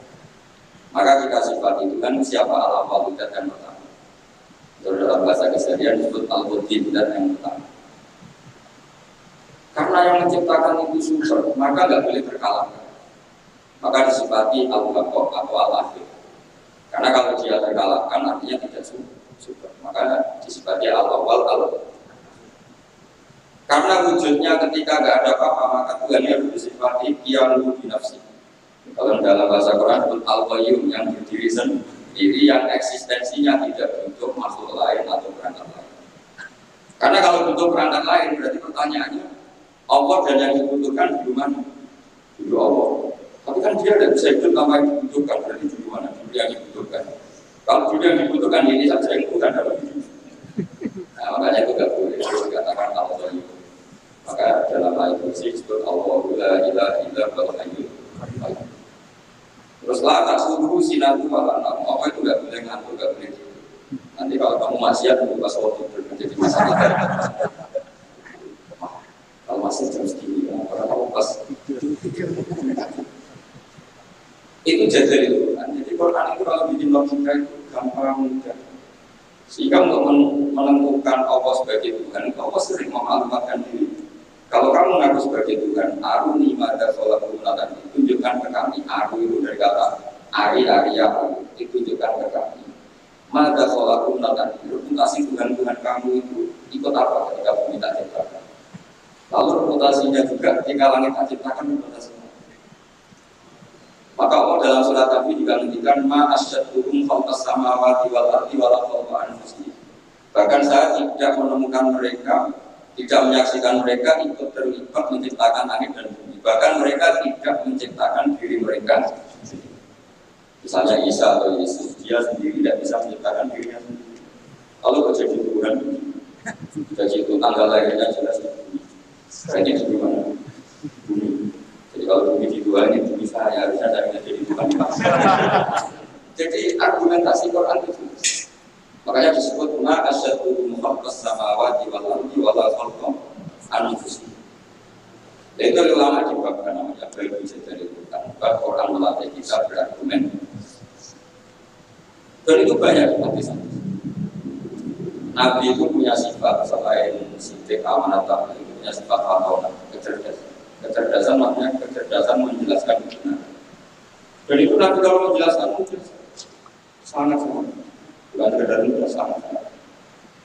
Karena sahabat itu ya punya mindset itu cara berpikir. Kita semua juga punya mindset. Tapi kadang mindset itu salah. Seperti saya misalnya, saya ini di kursi berarti terhormat apa enggak? Ya enggak juga. Melihat saya di atas saya terhormat. Tapi melihat disuruh-suruh Pak Alu enggak keren. Jadi kan statusnya makmur di perintah. Terus saya dengan keren mana? Mungkin ada bilang keren juga karena juga yang ngajar kamu yang mendengarkan. Ya keren sampai ya. Sampai malas baca, saya baca. Sudah aku sampai menerangkan dan kan kita buat tombol makan. Kalau melihat itu ya keren sampai. Tolong jauh ibu nyewakmu. Kalau orang-orang kaya ingin nonton balik ke Ronaldo suruh main di jam. Nah benar dipuji, kalau enggak dikritik. Namanya bos. Ya ini nasibnya gitu. Tak benar dipuji, masalah itu jadi orang luar juga enak itu. Nabi itu kalau menerangkan sahabat itu pas punya ya rasional, pas serius saya bisa memang ini sesuatu yang satu. Saya punya kitab namanya Mizahun dan Yunan. Nabi itu kalau menerangkan kebenaran sahabat dia punya mindset, sahabat Nabi punya mindset. Misalnya Nabi menangikan idal taqal muslimani bisayfihima fal qatil wal maqtul finnar. Jika dua orang muslim bertarung sama-sama pedang bawa senjata, maka yang membunuh maupun yang dibunuh sama-sama masuk neraka. Ya, tidak ada jaminan apa juga karena ini orang muslim, tapi setidaknya masuk neraka. Nabi dibantah sama sahabat, ya Rasulullah ada al-qatil sama balu maqtul. Oke, kalau pembunuhnya masuk neraka kita terima, tapi kalau yang dibunuh dosanya apa kalau sampai harus masuk? Nabi jawabannya simpel sekali. Innahu kana harisun ala taqtisah. Dia itu nasibnya makbul, tapi komitmennya atau mentalnya qatil. Coba, ketika dia terbunuh itu kan faktual, faktanya terbunuh, tapi mentalnya pembunuh. Cuma nasibnya saja sial, terbunuh tapi mentalnya pembunuh, karena dia ketika juga sama-sama ingin. Nah, karena mentalnya pembunuh, maka dia tetap masuk. Makanya saya berkali-kali bilang, kalau ada orang berebutan istri, zaman pacar rebutan kalah, itu bisa akhirnya. Mentalnya juga berebut. Cuma kalah saja. Itu Rasulullah segampang itu menanya, sahabatnya yang terima, ya ternyata yang maktul, yang terbunuh, mentalnya juga pembunuh atau apa? Menerima. Nah, beda dengan, makanya terus secara fikih diterangkan, kalau maktulnya tidak bermental pembunuh, ya beda kan? Berarti tidak saling ingin membunuh. Jelas ya, makanya sahabat dijelaskan oleh Nabi, inna buka harisun ala qatli sahibu. Dia sebetulnya sangat berkeinginan, harisun itu berkeinginan sangat membunuh saudara. Nah, karena keinginan itu berarti berstatus qatil. Cuma nasibnya maktul. Berarti maktul itu status nasib, tapi status dia tetap qatil membunuh. Nah, karena statusnya membunuh, maka dia tetap masuk.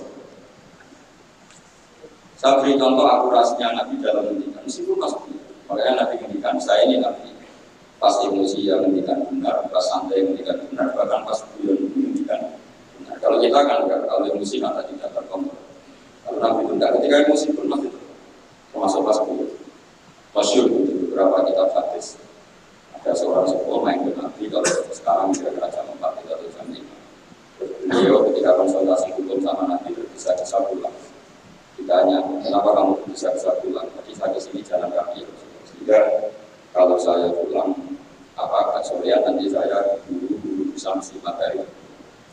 Tapi dengan rileksnya bilanglah, bilang agak alimina. Karena ini perempuan juga.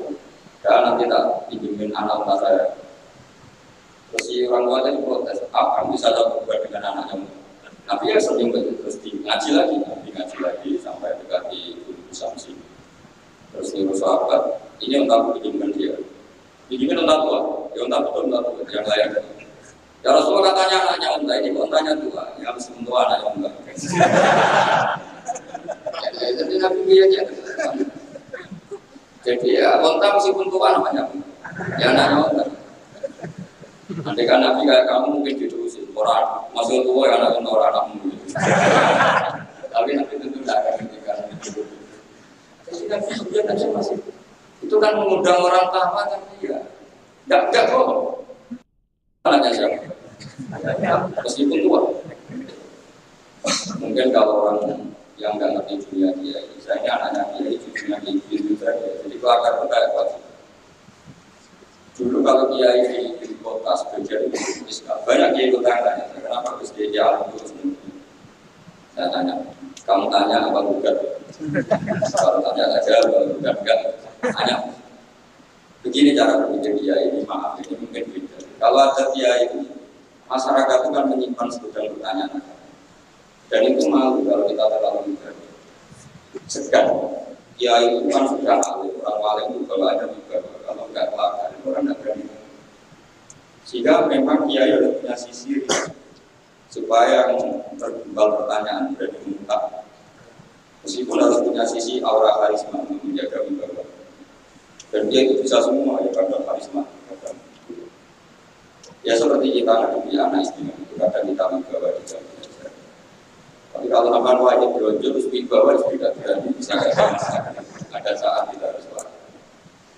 Makanya Rasulullah itu saking seringnya lakukan itu sampai orang tanya urusan pribadi. Ya Rasulullah tadi saya hubungan suami istri, hubungan intim, lalu tidak keluar mani, tidak inizal. Saya harus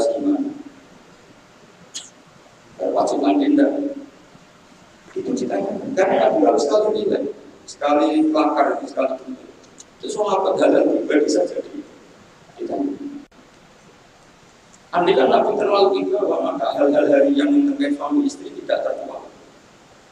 Kalau ada seorang perempuan ngaji itu tanya, ya Rasulullah kalau perempuan bermimpi keluar mani gimana?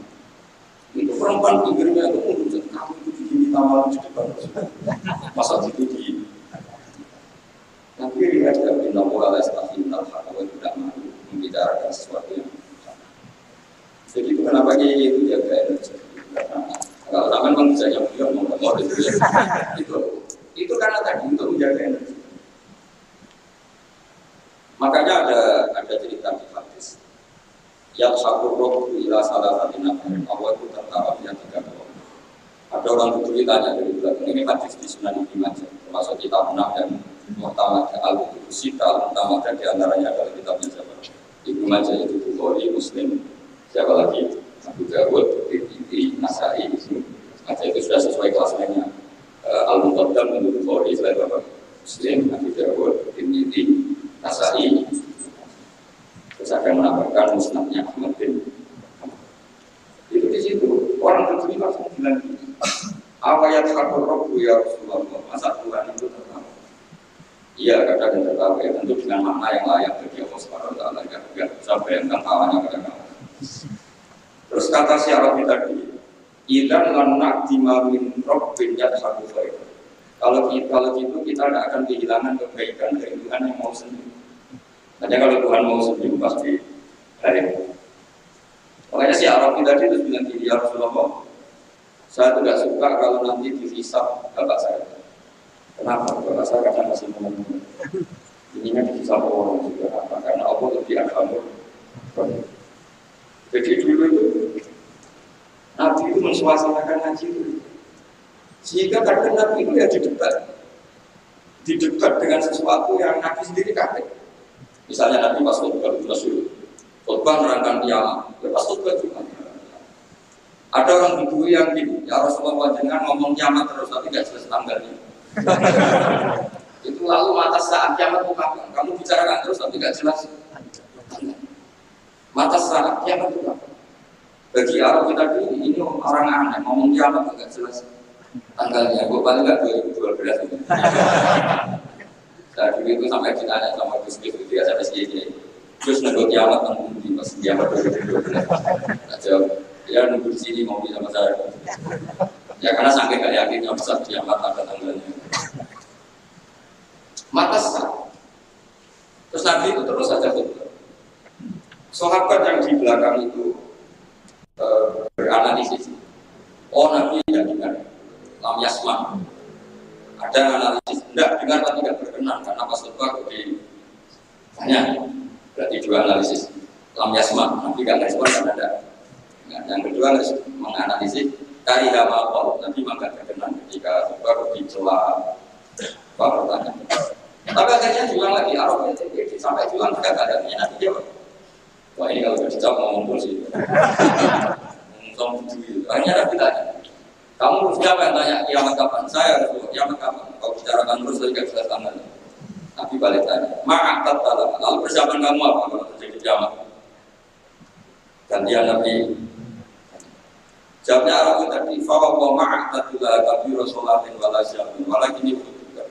Ya kalau saya ya nggak ada persiapan nanti sholat saya standar, puasa standar nggak lebih. Tapi saya mencintai kamu ya Rasulullah. Masyhur itu hadis populer al-marhum aman. Ahab sebagai riwayat anta ma'aman. Makanya riwayat itu kenapa masyhur begitu populer karena dikatakan Nabi ketika ngendikan di depan umum. Itu sahabat yang membenci Arabi ini jadi mencintai semua. Kemarin mangkal karena enggak sopan. Barokahnya Arabi tadi Nabi ngendikan almarhum ma'aman ahab sebagai riwayat itu syarul marhum ma'aman. Ada redaksi lain anta ma'aman ahab bahwa kamu nanti di akhirat beserta orang yang kamu cintai. Pokoknya sahabat senang, kita tidak akan punya amal kayak Rasulullah, kita tidak akan sesoleh Rasulullah. Tapi kita mencintai Rasulullah dan barokahnya mencintai itu kita berharap nanti bersama. Kan kalau mungkin berhubungan Rasulullah malaikat berhubungan kan kalah kelas. Misalnya kamu masuk ruangan mana-mana bersama rektor masa jauh itu berhubungan apa kan nggak berani. Rasulullah itu abdul khulq. Jika kalau kemana-mana dipimpin Rasulullah pasti malaikat kan ngecek. Masa hubungan Rasulullah ditanya Nabi Ini berapa masuk surga enggak yang berdosa kan nggak berani. Kan sungkan ketuanya, Pak. Sungkan ketua. Padahal nanti itu mana tunggu nasim dipanggil semua orang dipanggil itu berdasar ketua. Kamu repot punya ketua nggak jelas. Ketuanya aja nggak jelas surganya apa gitu. Tapi kalau kita ikut ketuanya Nabi, makanya dalam kitab-kitab wali ini ada kitabnya. Taman beliau berjalan itu ada kitab. Ali radhiyallahu anhu pernah minta sama ya Allah, jadi saya akan mukasyafah, bisa melihat alam gaib. Karena saya ini mantel itu artinya mantel Jawa itu kan ada fungsi. Orang sekeren Umar itu maka pernah menjujurnya untuk kami masak. Setiap orang pernah ditunjuk, penangannya orang sama orang pernah ditunjuk. Dia mantel sama si Jari, mantel Rasul. Jajal wangi minta malaikat orang. Hanya dia minta ya Allah, saya ingin kasar itu mengalami satu mukasyafah. Melihat Umar ketika ada di Munkar. Umar akhir datang dengan penampilan gaji gambarkan ahli. Aina rukal ibzul itu matanya itu kayak ibzul yang dipakai masa kendil itu Rio yang mengalah. Rasulullah sih bilang, mereka negara datang dengan penampilan itu karena ingin melihat dunia Umar. Itu kita besarnya melihat dunia. Kayak kita manggil sama menteri terus ingin melihat kita KPK kayak manggil, kalau manggil mesti nunggu jatuhnya. Mungkin ya itu. Kalau kamu manggil saya kan nunggu jatuhnya tapi boleh gitu. Akhirnya si Umar itu saat itu ternyata Umar pergi. Mak, dua mereka mau diberita. Malaikat, kamu tahu nggak diberi siapa? Iya masih. Dan kamu siapa? Saya temannya kekasih Gus, kekasih saya itu. Saya ini temannya kekasih Gus, maksudnya apa? Maksudnya temannya Nabi Muhammad kan kekasihnya. Oh yang suruh kamu jadi temannya kekasihnya. Mereka ini komunikasi sama Allah disuruh ya memangnya kamu harus sopan jangan dia jenari yang tahu lagi galak sampai mati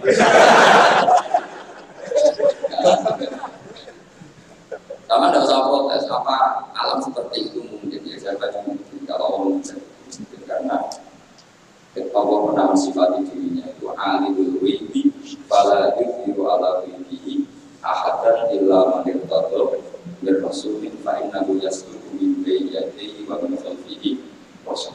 Jadi Allah itu kan yang ngerti alam gaib. Alam gaib ini tidak akan dimengertikan Allah kepada siapapun kecuali orang-orang yang dipilih. Makanya Allah itu punya sekian sifat misteri. Ada alam gaib yang tahu banyak, tapi ada sesuatu entah berapa jumlahnya dibocorkan ke para kekasih.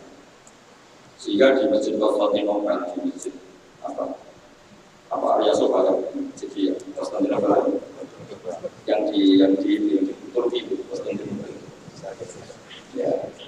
Itu ada hadis tentang tahunal Konstantinia. Hadis itu diriwayatkan Imam Bukhari tahun 200 Hijriah. Menjadi kenyataan itu 1000 tahun setelah hadis itu dikeluarkan. Itu kan unik. Jadi Nabi itu kalau ngendikan zaman akhir itu detail. Unitot ali umatku dipertontonkan ke saya. Jadi sebelum Nabi meninggal itu semua umatnya perilakunya dipertontonkan ila yaumil. Mungkin Nabi yang melangi dosa, melangi gaya kayak umi ngaji. Ngaji begitu aneh. Tapi yang mungkin dibenarkan jadi. Sehingga Nabi kalau ngendikan zaman akhir dia detail. Termasuk dengan saya pun Nabi pernah meninggal. Ya alam zaman kafir kutuba qalilun. Ulama itu nanti zaman akhir yang untuk banyak, tapi ulamanya sedih. Kita ngomong agama pintar banyak, tapi sebenarnya nggak bisa ngaji.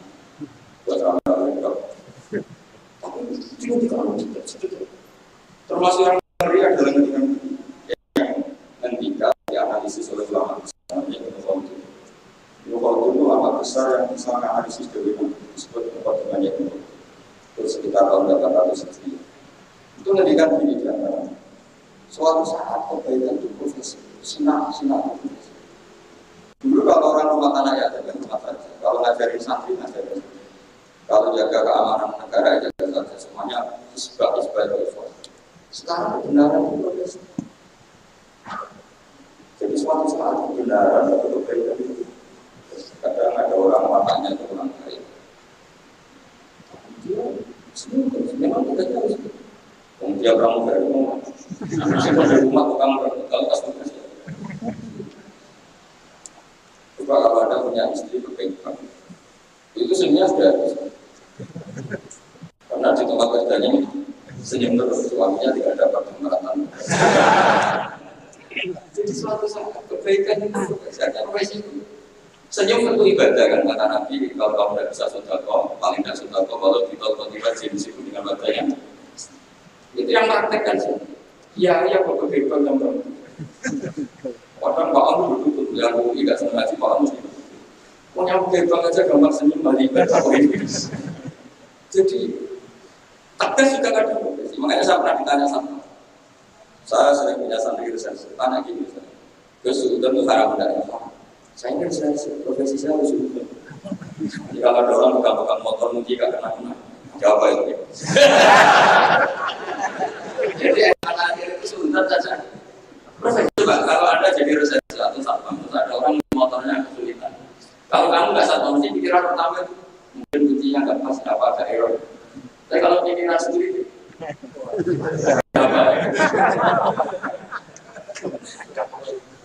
artinya kesulitan saja suatu saat itu ya. Profesi. Dulu ya profesi. Kalau di kelas wajar dulu, masya Allah, karena ada gaji. Setelah di rumah tak minta orang menjadi biaya. Kenapa kamu tidak ngajari tetangga? Kan tidak jam aja. Dan sekarang itu entah ini bukan iblis, sekarang itu kayaknya sudah. Jadi sekalian kebaikan itu. Maka ada beliau. Ini kisah nyata kok. Ada imam masjid besar datang ke Surabaya ketemu di Indonesia. Ini kisah nyata bukan anak. Jika kita si imam masjid ini bukan negara saya itu muadzin saja ada. Memang betul saya pernah ke negara itu muadzin saja ada. Itu yang imamin sholat itu 3 1 bulan itu. Hitung saja sholat 1 hari 5 kali.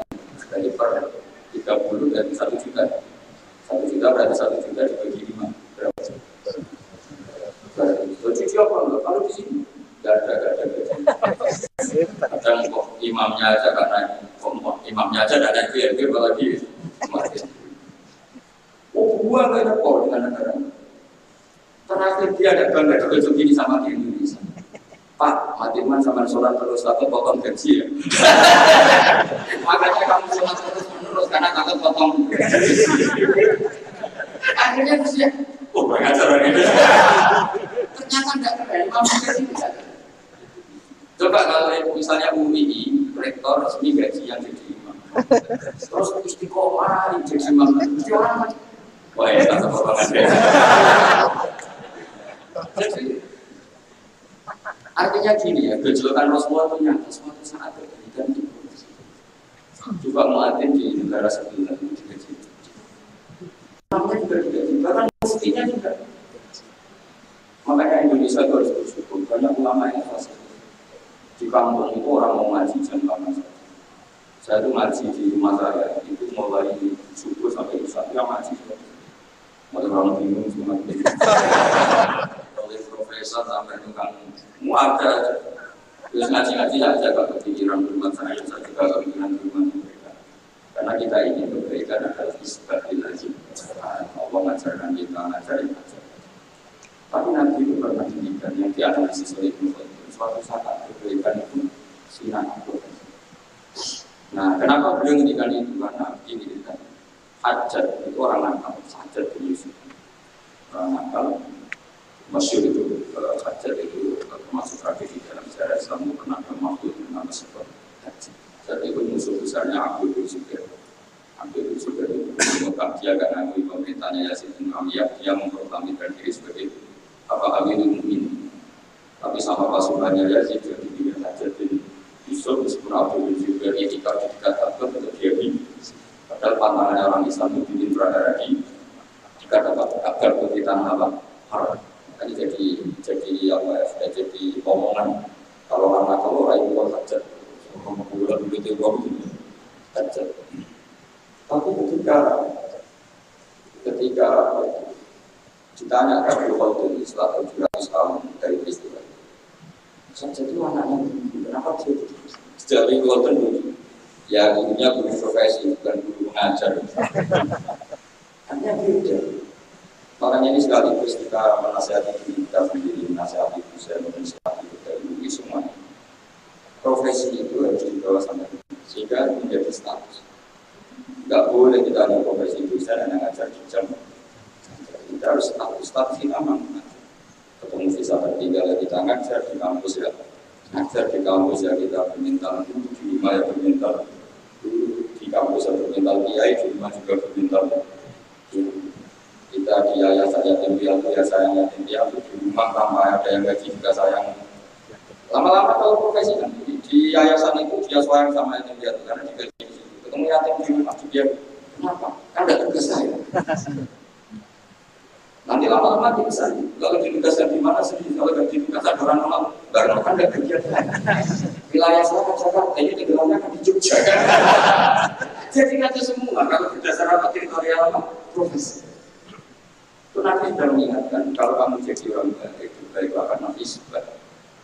Bahwa dunia modern mengharuskan ada wilayah teritorial yang membawa nama modern. Saya di Jakarta, oke, kewajiban saya utamanya di Jakarta. Di pemadam kebakaran Jakarta tentu paling pokok Jakarta. Tapi kalau suatu saat saya pulang kampung tentu saya kebakaran sekian macam tugas saya gitu. Tentu ya harusnya nggak gitu keahlian saya tentang itu tetap harus kita ikut memberi kontribusi. Jadi ini contoh-contoh betapa Rasulullah sampai fenomena yang ada pada umatnya sampai akhir zaman diberikan. Makanya di hadis banyak uridot adanya umat dipertontonkan, diperlihatkan oleh umat-umat perilaku. Makanya banyak hadis di Bukhari, di Sahih Bukhari ada hadis jalan itu semua hadisnya Nabi tentang fenomena yang Nabi gak pernah. Tapi telah ternyata ila yaumil kiamah. Termasuk zaman itu Konstantinopel itu pusat salibis. Tapi Nabi sudah mengira latar tahun Konstantinopel. Kamu suatu saat pasti akan mengalahkan Konstantinopel. Itu sekian ratus tahun baru Pangeran Fatih yang bisa membuka Konstantinopel. Nabi ketika itu tidak sawarna kudanya. Lebih ngeri lagi, lebih seru lagi. Ngendikan kepada orang, ada sahabat itu pendek kok, enggak kan? Namanya surokok bin Jusuf, yang enggak jasa. Itu nanti kalau besok surokok itu suatu saat kamu itu memakai mahkotanya Kaisar Gedung Putih. Gedung Putih itu istilah khusus, Al-Qasrul Abyad. Jadi yang di Amerika White House itu sebetulnya istilah di Ibrani. Di Jordan itu ada daerah yang bentuknya semuanya putih. Ya saya ulang lagi, Syam itu dalam bahasa kita itu memasukkan Palestina, Israel, Lebanon, Syria, Jordan. Itu orang dulu bilang apa? Syam. Ya saya ulang lagi itu semuanya dulu istilahnya apa? Syam. Makanya kalau lagi asal itu ke Syam dengan makna Baitul Maqdis itu di Israel atau di Palestina. Saya mengatakan Israel bahasa ulama ya, bukan Israel nation negara Israel. Ya sudah, kamu suatu saat akan memakai mahkotanya Kaisar Al-Qasrul Abyad, Kaisar Syam. Zaman itu, saya ulang lagi, Syam itu dalam genggaman Romawi. Ya makanya kalau Quran bilang Romawi itu bukan Vatikan Italia, bukan. Pemerintahan Timur Tengah yang dicaplok Roma. Makanya ada boleh badiru di adinalati walaupun bukan lebih. Saya ini boleh bukan Romawi Italia, kekuasaan Romawi karena Syam dapat itu cengkrama Roma. Sehingga nggak ada Islam di situ. Kita mohon zaman itu Kaisar Romawi yang bercokol di mana Syam itu kekuasaannya meliputi Syria, tadi ya Palestina, Israel, dan pokoknya semua. Surabaya ya percaya tapi, yes, Nabi yang ketiga. Dan itu kan ketika Nabi itu saat kecil kelaparan, yaitu nggak makan 3 hari karena diembargo di perang Khandaq. ada batu besar itu yang nggak bisa dipecahkan sahabat ketika gali rendah. Terus akhirnya nggak bisa dipecahkan pada mau gali dan bisa dalam kalau batu ini terpecahkan. Akhirnya nanti mereka ngatur benar ya Rasulullah batu nggak bisa dipecahkan. Tapi dengan santainya minta kapak yang dibawa sahabat. Coba kapak kamu bawa ke sini. Diambil terus Nabi baca apa nggak tahu. Kalau saya tahu kamu untuk ijazah itu.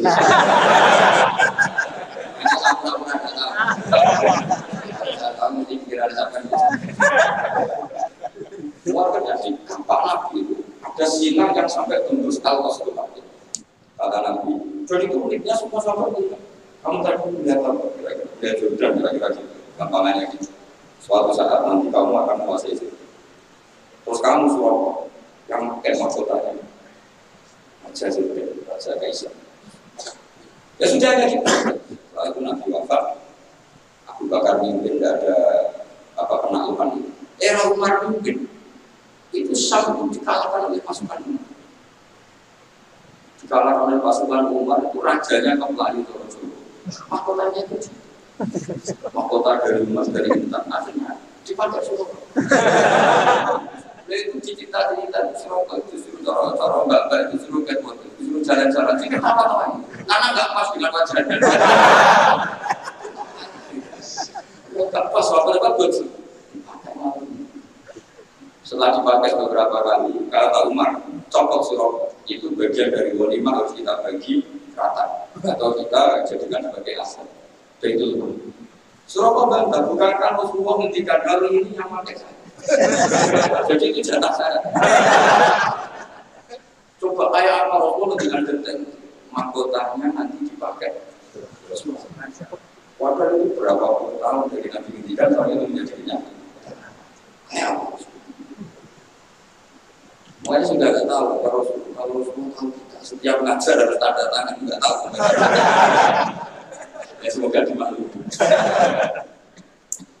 Setiap lulus juga nggak tahu. Tapi semoga tidak bisa minta kalaupun kita punya profesi ngajar harus juga berstatus sehingga di rumah pun kita ngajar di mana-mana. Akhirnya Sayyidina Umar itu saking alimnya ketika ini. Inna maqala Rasulullah kita bisa walau yakul kita minta. Nabi ketika itu menghentikan apanya kita bisa kamu yang pakai. Walau yakul dan Nabi tidak menghentikan kita minta supaya kamu memiliki. Maka kita tetap milik betul. Soal kamu pakai, memang Nabi menghentikan pakai sudah pakai dulu. Setelah kamu pakai ya sudah ini milik. Jadi Nabi yang ketika di zaman itu ya kamu pakai bukan kamu memilih. Jadi makanya Umar itu tutup ketika Nabi diterima memilih. Nama Allah Rasulullah kita bisa walam yakul hitam nikah. Dia yang menghentikan kamu pakai bukan. Ayat Rasulullah. Makanya kalau lihat hadis dalam itu kadang kita malu karena sebegitu detail yang dimiliki seluruh zaman. Masuk juga begitu. Suatu saat juga perempuan umur yang jauh di atas juga. Saya beberapa kali pertama di TKW di Hongkong itu kalau kita wah itu minggu di mana Hongkong kalau di Indonesia sudah kelihatan tapi lipatannya hampir sampai 1 banding 50 itu yang kita semuanya apa? Termasuk fenomena Islam di Timur Jauh, Timur Tengah. Kalau dalam bahasa Arab juga ada Middle East yang ada Asyikul Awsat, Asyikul Aqsa, Asyikul Adnan. Makanya kalau dalam bahasa Arab itu dibantu di Adnan. Ya satu sekali dalam saja itu. Jadi di antara mukjizatnya Nabi adalah kemampuan berargumen. Kemampuan argumentasi itu penting supaya orang itu berlogika secara singkat. Misalnya gini, saya beri contoh tentang jadi itu kayak tadi. Kalau kamu merasa tidak tahu, tidak apa. Tapi untuk menjadi Tuhan itu ada syarat. Misalnya Tuhan di langit bumi, harus menciptakan langit bumi. Masa Tuhan di langit bumi kamu sendiri? Wujudnya dulu buminya. Berarti bumi ketika ada, kamu punya Tuhan untuk hanya datang terlambat. Jadi logika Quran itu. Makanya tadi pagi saya ngaji cerita ketika Fir'aun bertanya Musa, "Wa ma rabbul alamin?" Tuhan alam semesta itu siapa Musa? Musa jawab bersama wali yang menghani langit dan itu Fir'aun masih bisa ngeles. Ngelesnya kata Fir'aun, "Ma'alim tu lakum min ilahi wa setahu saya kemana-mana itu Anda. Soal kemungkinan Tuhan ada di langit, terus Fir'aun mandi tambah. Ya Haman ini surah al-Yaqul asbab samawati fa'attali'a ila ilahi Musa. Haman bikinkan satu piramida yang tinggi, saya mau melihat Tuhannya.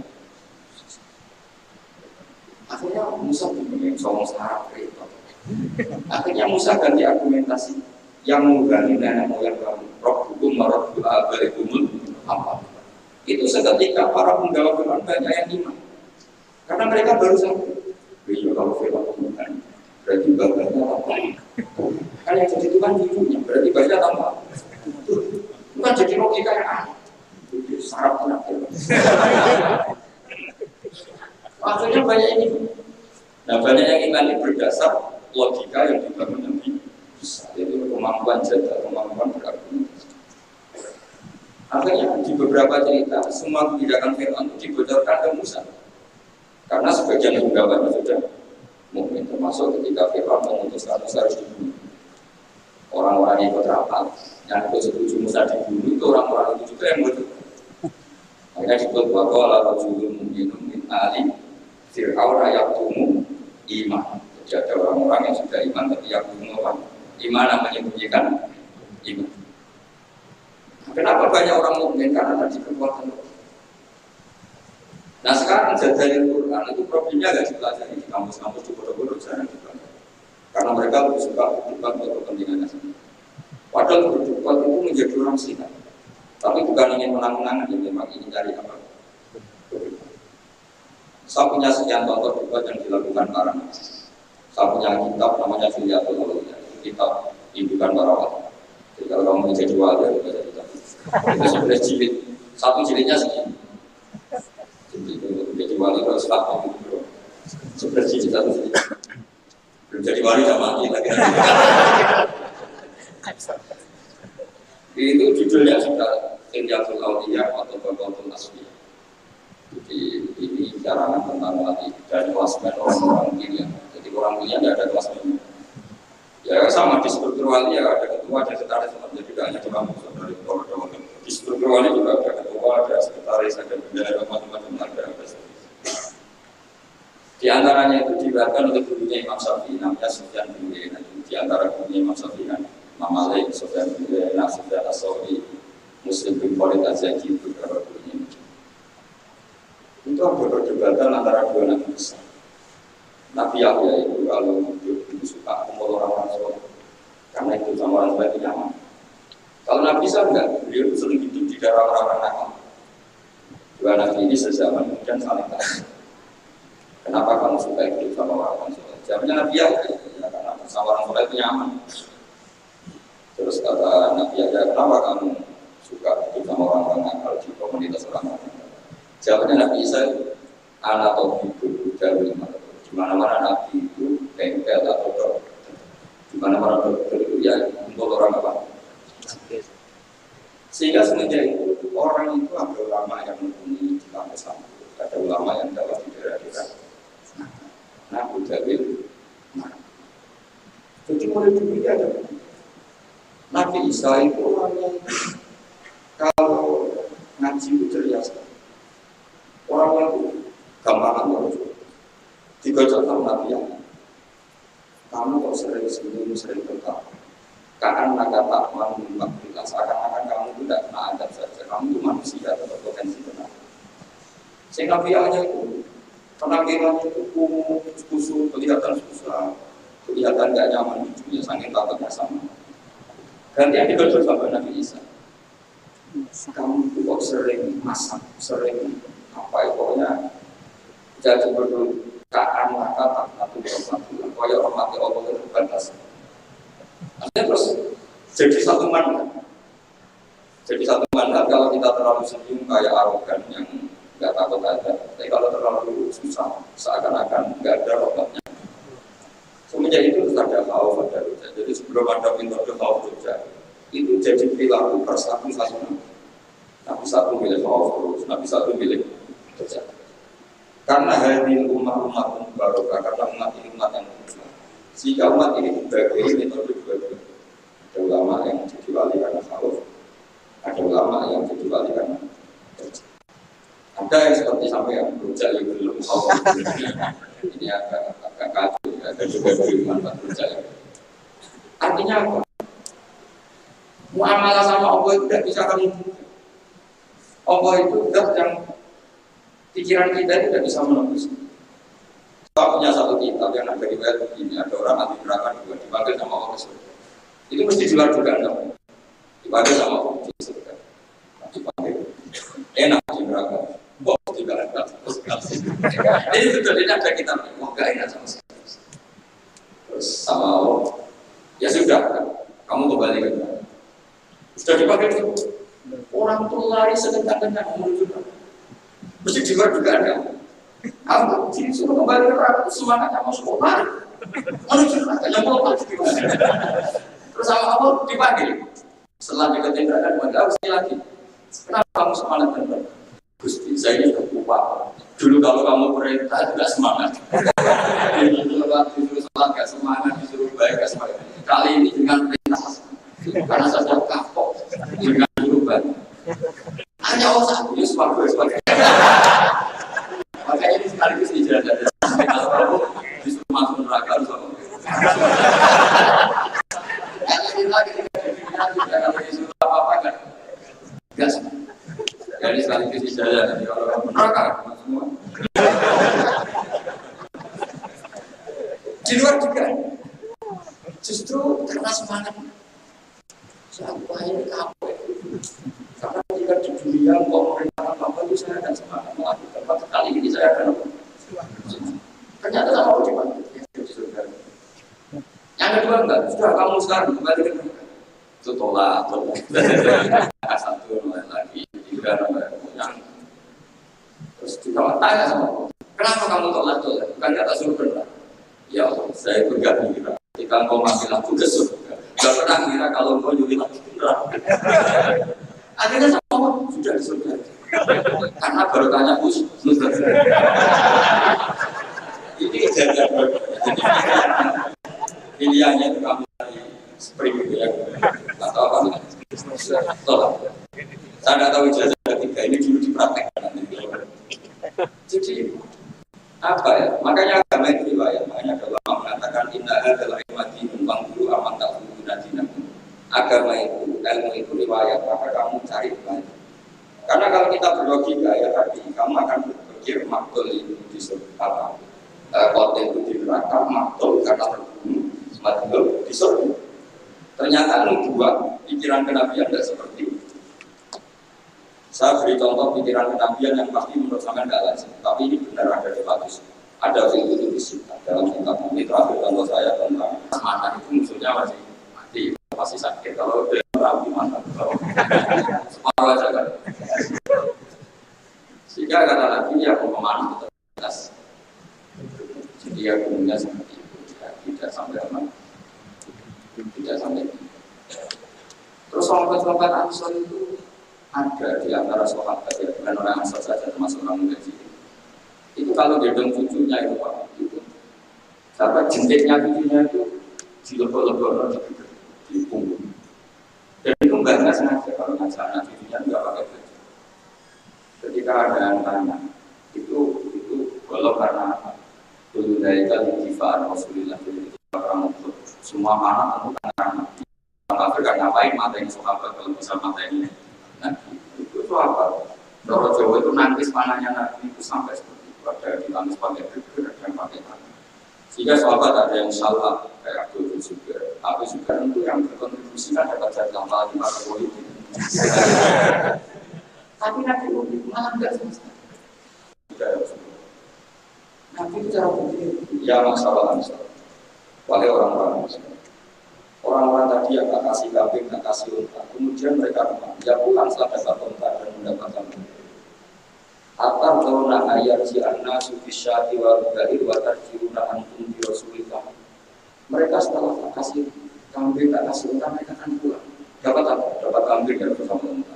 Kamu dapat saya, nanti saya pulang, kamu bawa kepentingan. Pilih mana dapat saya, apa dapat kambing? Oh ya pilih dong, kamu itu satu. Terus Nabi mengingatkan mereka, Anda distatuskan Allah sebagai pemberi agamanya Allah dan Rasul, penyumbang.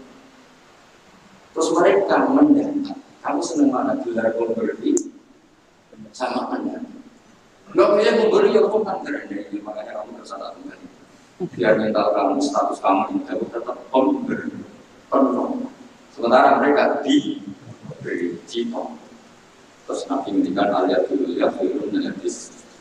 Kayak apa Rasulullah bina semua? Semua dia itu orang Ansor, meskipun Islam sudah menang, tetap mintanya mundur. Ya sama lah kira-kira mintanya sama negarawan. Mestinya mintanya kan tanyakan apa yang kamu berikan negara. Jangan tanyakan kamu mendapat apa dari negara. Ya sama kalau kita mencintai UI, mencintai Islam, tanyakan apa kemudian kamu kontribusi kamu pada UI. Jangan ramai protes apa UI memberikan. Maksudnya dilatih jadi wali ini cerita saja. Jadi Nabi itu cara berpikir itu. Ini kalau kebanyakan orang berpikir apa kontribusi di masa lalu harus dihargai, justru Nabi enggak. Maksudnya enggak itu. Kamu ini sudah heroik top karena memberi kepada Nabi, memberi pada status ini tidak boleh batal sampai kamu ketemu Allah nanti dia. Akhirnya orang Ansor roti tadi dari waktu di Islam di Daya sudah ya. Sebenarnya itu orang Ansor tidak pernah berebut kekuasaan. Termasuk nominasi Khulafaur Rasyidin tidak pernah ada orang Ansor. Mereka enggak mau apa yang sudah diberikan Allah dan Rasul kemudian mendapat sesuatu yang berbeda itu jelas. Tapi sama Allah dibalas. Dunia orang Ansor banyak orang alim alam, termasuk Zakaria alam. Itu orang Mesir. Dia orang Sahara, tapi beliau bangga dengan status alam soleh karena bangganya orang Imam Al-Kufi itu menamakan diri anak jiwa anak soleh. Sekarang makanya harus dilatih logika memberi. Kalau kita saat memberi itu lebih bangga ketimbang saat mendapatkan. Misalnya kita lewat ayat yang suatu saat anak yatim ini jadi dokter sukses atau pejabat sukses. Kita harus berdoa supaya anak yatim itu lupa. Sekali ingat, kamu dulu tak umat ingat. Yang dulu kita pernah berstatus anak wakafir yatim kahata ini fil jannah karena kita ikhlas. Tapi anak yatim itu jadi pejabat, status itu hilang karena kita akhirnya dapat imbang. Kan iman berstatus anak wakafir yatim kahata ini fil jannah, saya dan berumah anak yatim seperti ini di surga. Tapi setelah yatimnya bisa jadi dokter, minta apa? Loh, kalau kita tidak minta nggak masalah, misalnya anak yatim itu punya etika kemudian memberi kita, itu dalam syariat Islam kalau memberi itu nggak apa-apa kita minta. Tapi kalau minta-minta itu masalah besar dalam tradisi apa? Islam. Makanya saya mohon ngaji ini menjadi ngaji riwayat, sehingga orang dalam berislam tidak sering pakai logikanya sendiri, tapi berdasar apa? Karena tadi ada pepatah ulama berdewi innaha adalah ilmadinun falguru aman tasbuna. Ilmu ini agama, maka lihat kamu mengambil agama itu dari siapa. Kalau orang bacanya Bukhari, baca Muslim, baca apa, dia pasti terbentuk oleh logika itu, oleh riwayat. Jadi kalau orang ngomong agama tidak pernah belajar Bukhari Muslim, ngomongnya tentang akalnya apa tentang riwayat? Akalnya dia tidak punya referensi. Kan dia tidak punya referensi. Dan kalau dia baca banyak, kan pasti terbentuk oleh sekian riwayat. Tapi kalau enggak, kira-kira apa enggak? Misalnya gini, contoh gampang. Orang ada yang sholat di masjid, sholat sunat di masjid. Kira-kira kalau orang berpendapat, orang itu orang baik, baik kan? Karena selalu sholat di masjid. Tapi Nabi enggak nyata. Nabi malah negur orang itu. Kamu kenapa selalu sholat di masjid? Ya Rasulullah, karena masjid tempat terbaik. La taj'alu buyutakum maqabir. Jangan jadikan rumah kamu jadi kuburan. Rumah kamu harus dapat jatah apa? Sholat, jangan semua kebaikan kamu dihabisi di masjid. Itu riwayat. Jika kita disunatkan selain sholat praduga, qobliyah ba'diyah sebaiknya dilakukan di rumah supaya kamu ada ngurus sholat dapat cahaya. Ada kan tidak ada riwayat, tapi kita sudah dapat dengan tadi masjid tempat terbaik untuk sholat, maka sholat di rumah, apa di masjid, di rumah tinggal makan sama putra sama istri. Tapi tidak ternyata aku masyhur lah dan anu buyutakum maqabir. Sebagian riwayat, ij'al sebagian sholat kamu jadikan di rumah supaya rumah kamu dapat lurus sholat. Itu kalau gak riwayat gak bisa, karena kalau gak riwayat, wah rumah itu ribet. istri kadang mau anak saya pas untuk ibadah itu logika kita. Tapi riwayat mengatakan tidak ini.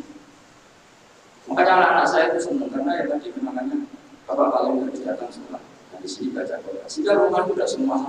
Coba kalau sampai sholat keluar biasanya di masjid itu lapar kalau nggak sudah marah. Kan itu juga habis masjid suaminya takutnya, istrinya takut. Biasanya kalau habis terawih kan takut. Cuma kita pertanyaan pertama makan. Jadi makhluk aneh. Religius di masjid di rumah barang. Tapi kalau sebagian sholat itu di rumah, saya mikir di masjid 3 kali, oke, ikut publik mikir 3 kali. Itu melama dulu sudah ada caranya. Karena ada orang yang tanya.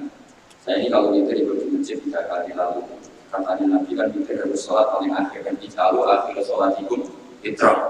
Terus ulama mereka itu jadi apa? Kamu sholat lagi 1 rakaat di rumah, berarti menjadi 4. Setelah menjadi 4 dan sudah sholat sahur, terus kamu sholat lagi 2 sampai jumlahnya 11 atau 3. Kamu lama itu berdebat. Kita terbaik itu 13 apa? 11. Sebagian ulama mengatakan 11. Yang 2 itu berstatus badiah isya. Tapi yang jelas tetap sebagian sholat itu di rumah. Makanya Nabi Musa dijawab dengan waj'alu buyutakum qiblatau wa aqimus shalah. Rumah kamu harus sebagai kiblat dan harus menjadi tempat. Andai kan dari riwayat itu kita membenarkan orang yang selalu sholat lama-lama di masjid. Tapi ternyata Nabi itu enggak. Kamu jangan gitu, maka kamu harus dapat bagian sholat. Nabi pernah ngendikan juga, ju'ilat amal muda masjid dan semua bunyinya Allah hakikatnya berstatus. Rumah kamu kan nangis. Bumi itu paling bangga kalau dipakai sujud sama Allah. Kemudian sujud kamu dia di masjid, di rumah pas ngomel sama istri. Itu bumi yang di rumah kamu sudah ngomel juga. Ini orang yang berkenangan sama saya ngomel.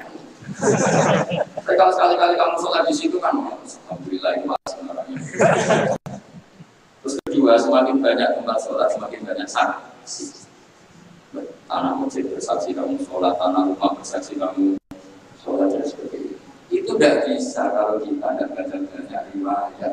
Kalau ada kan kita hanya pakai akal, pasti menjawab. Ya bagus di masjid, kan sudah pas sholat ibadah di tempat ibadah. Ternyata cara berpikir nubuat. Ya, assalamualaikum warahmatullahi wabarakatuh.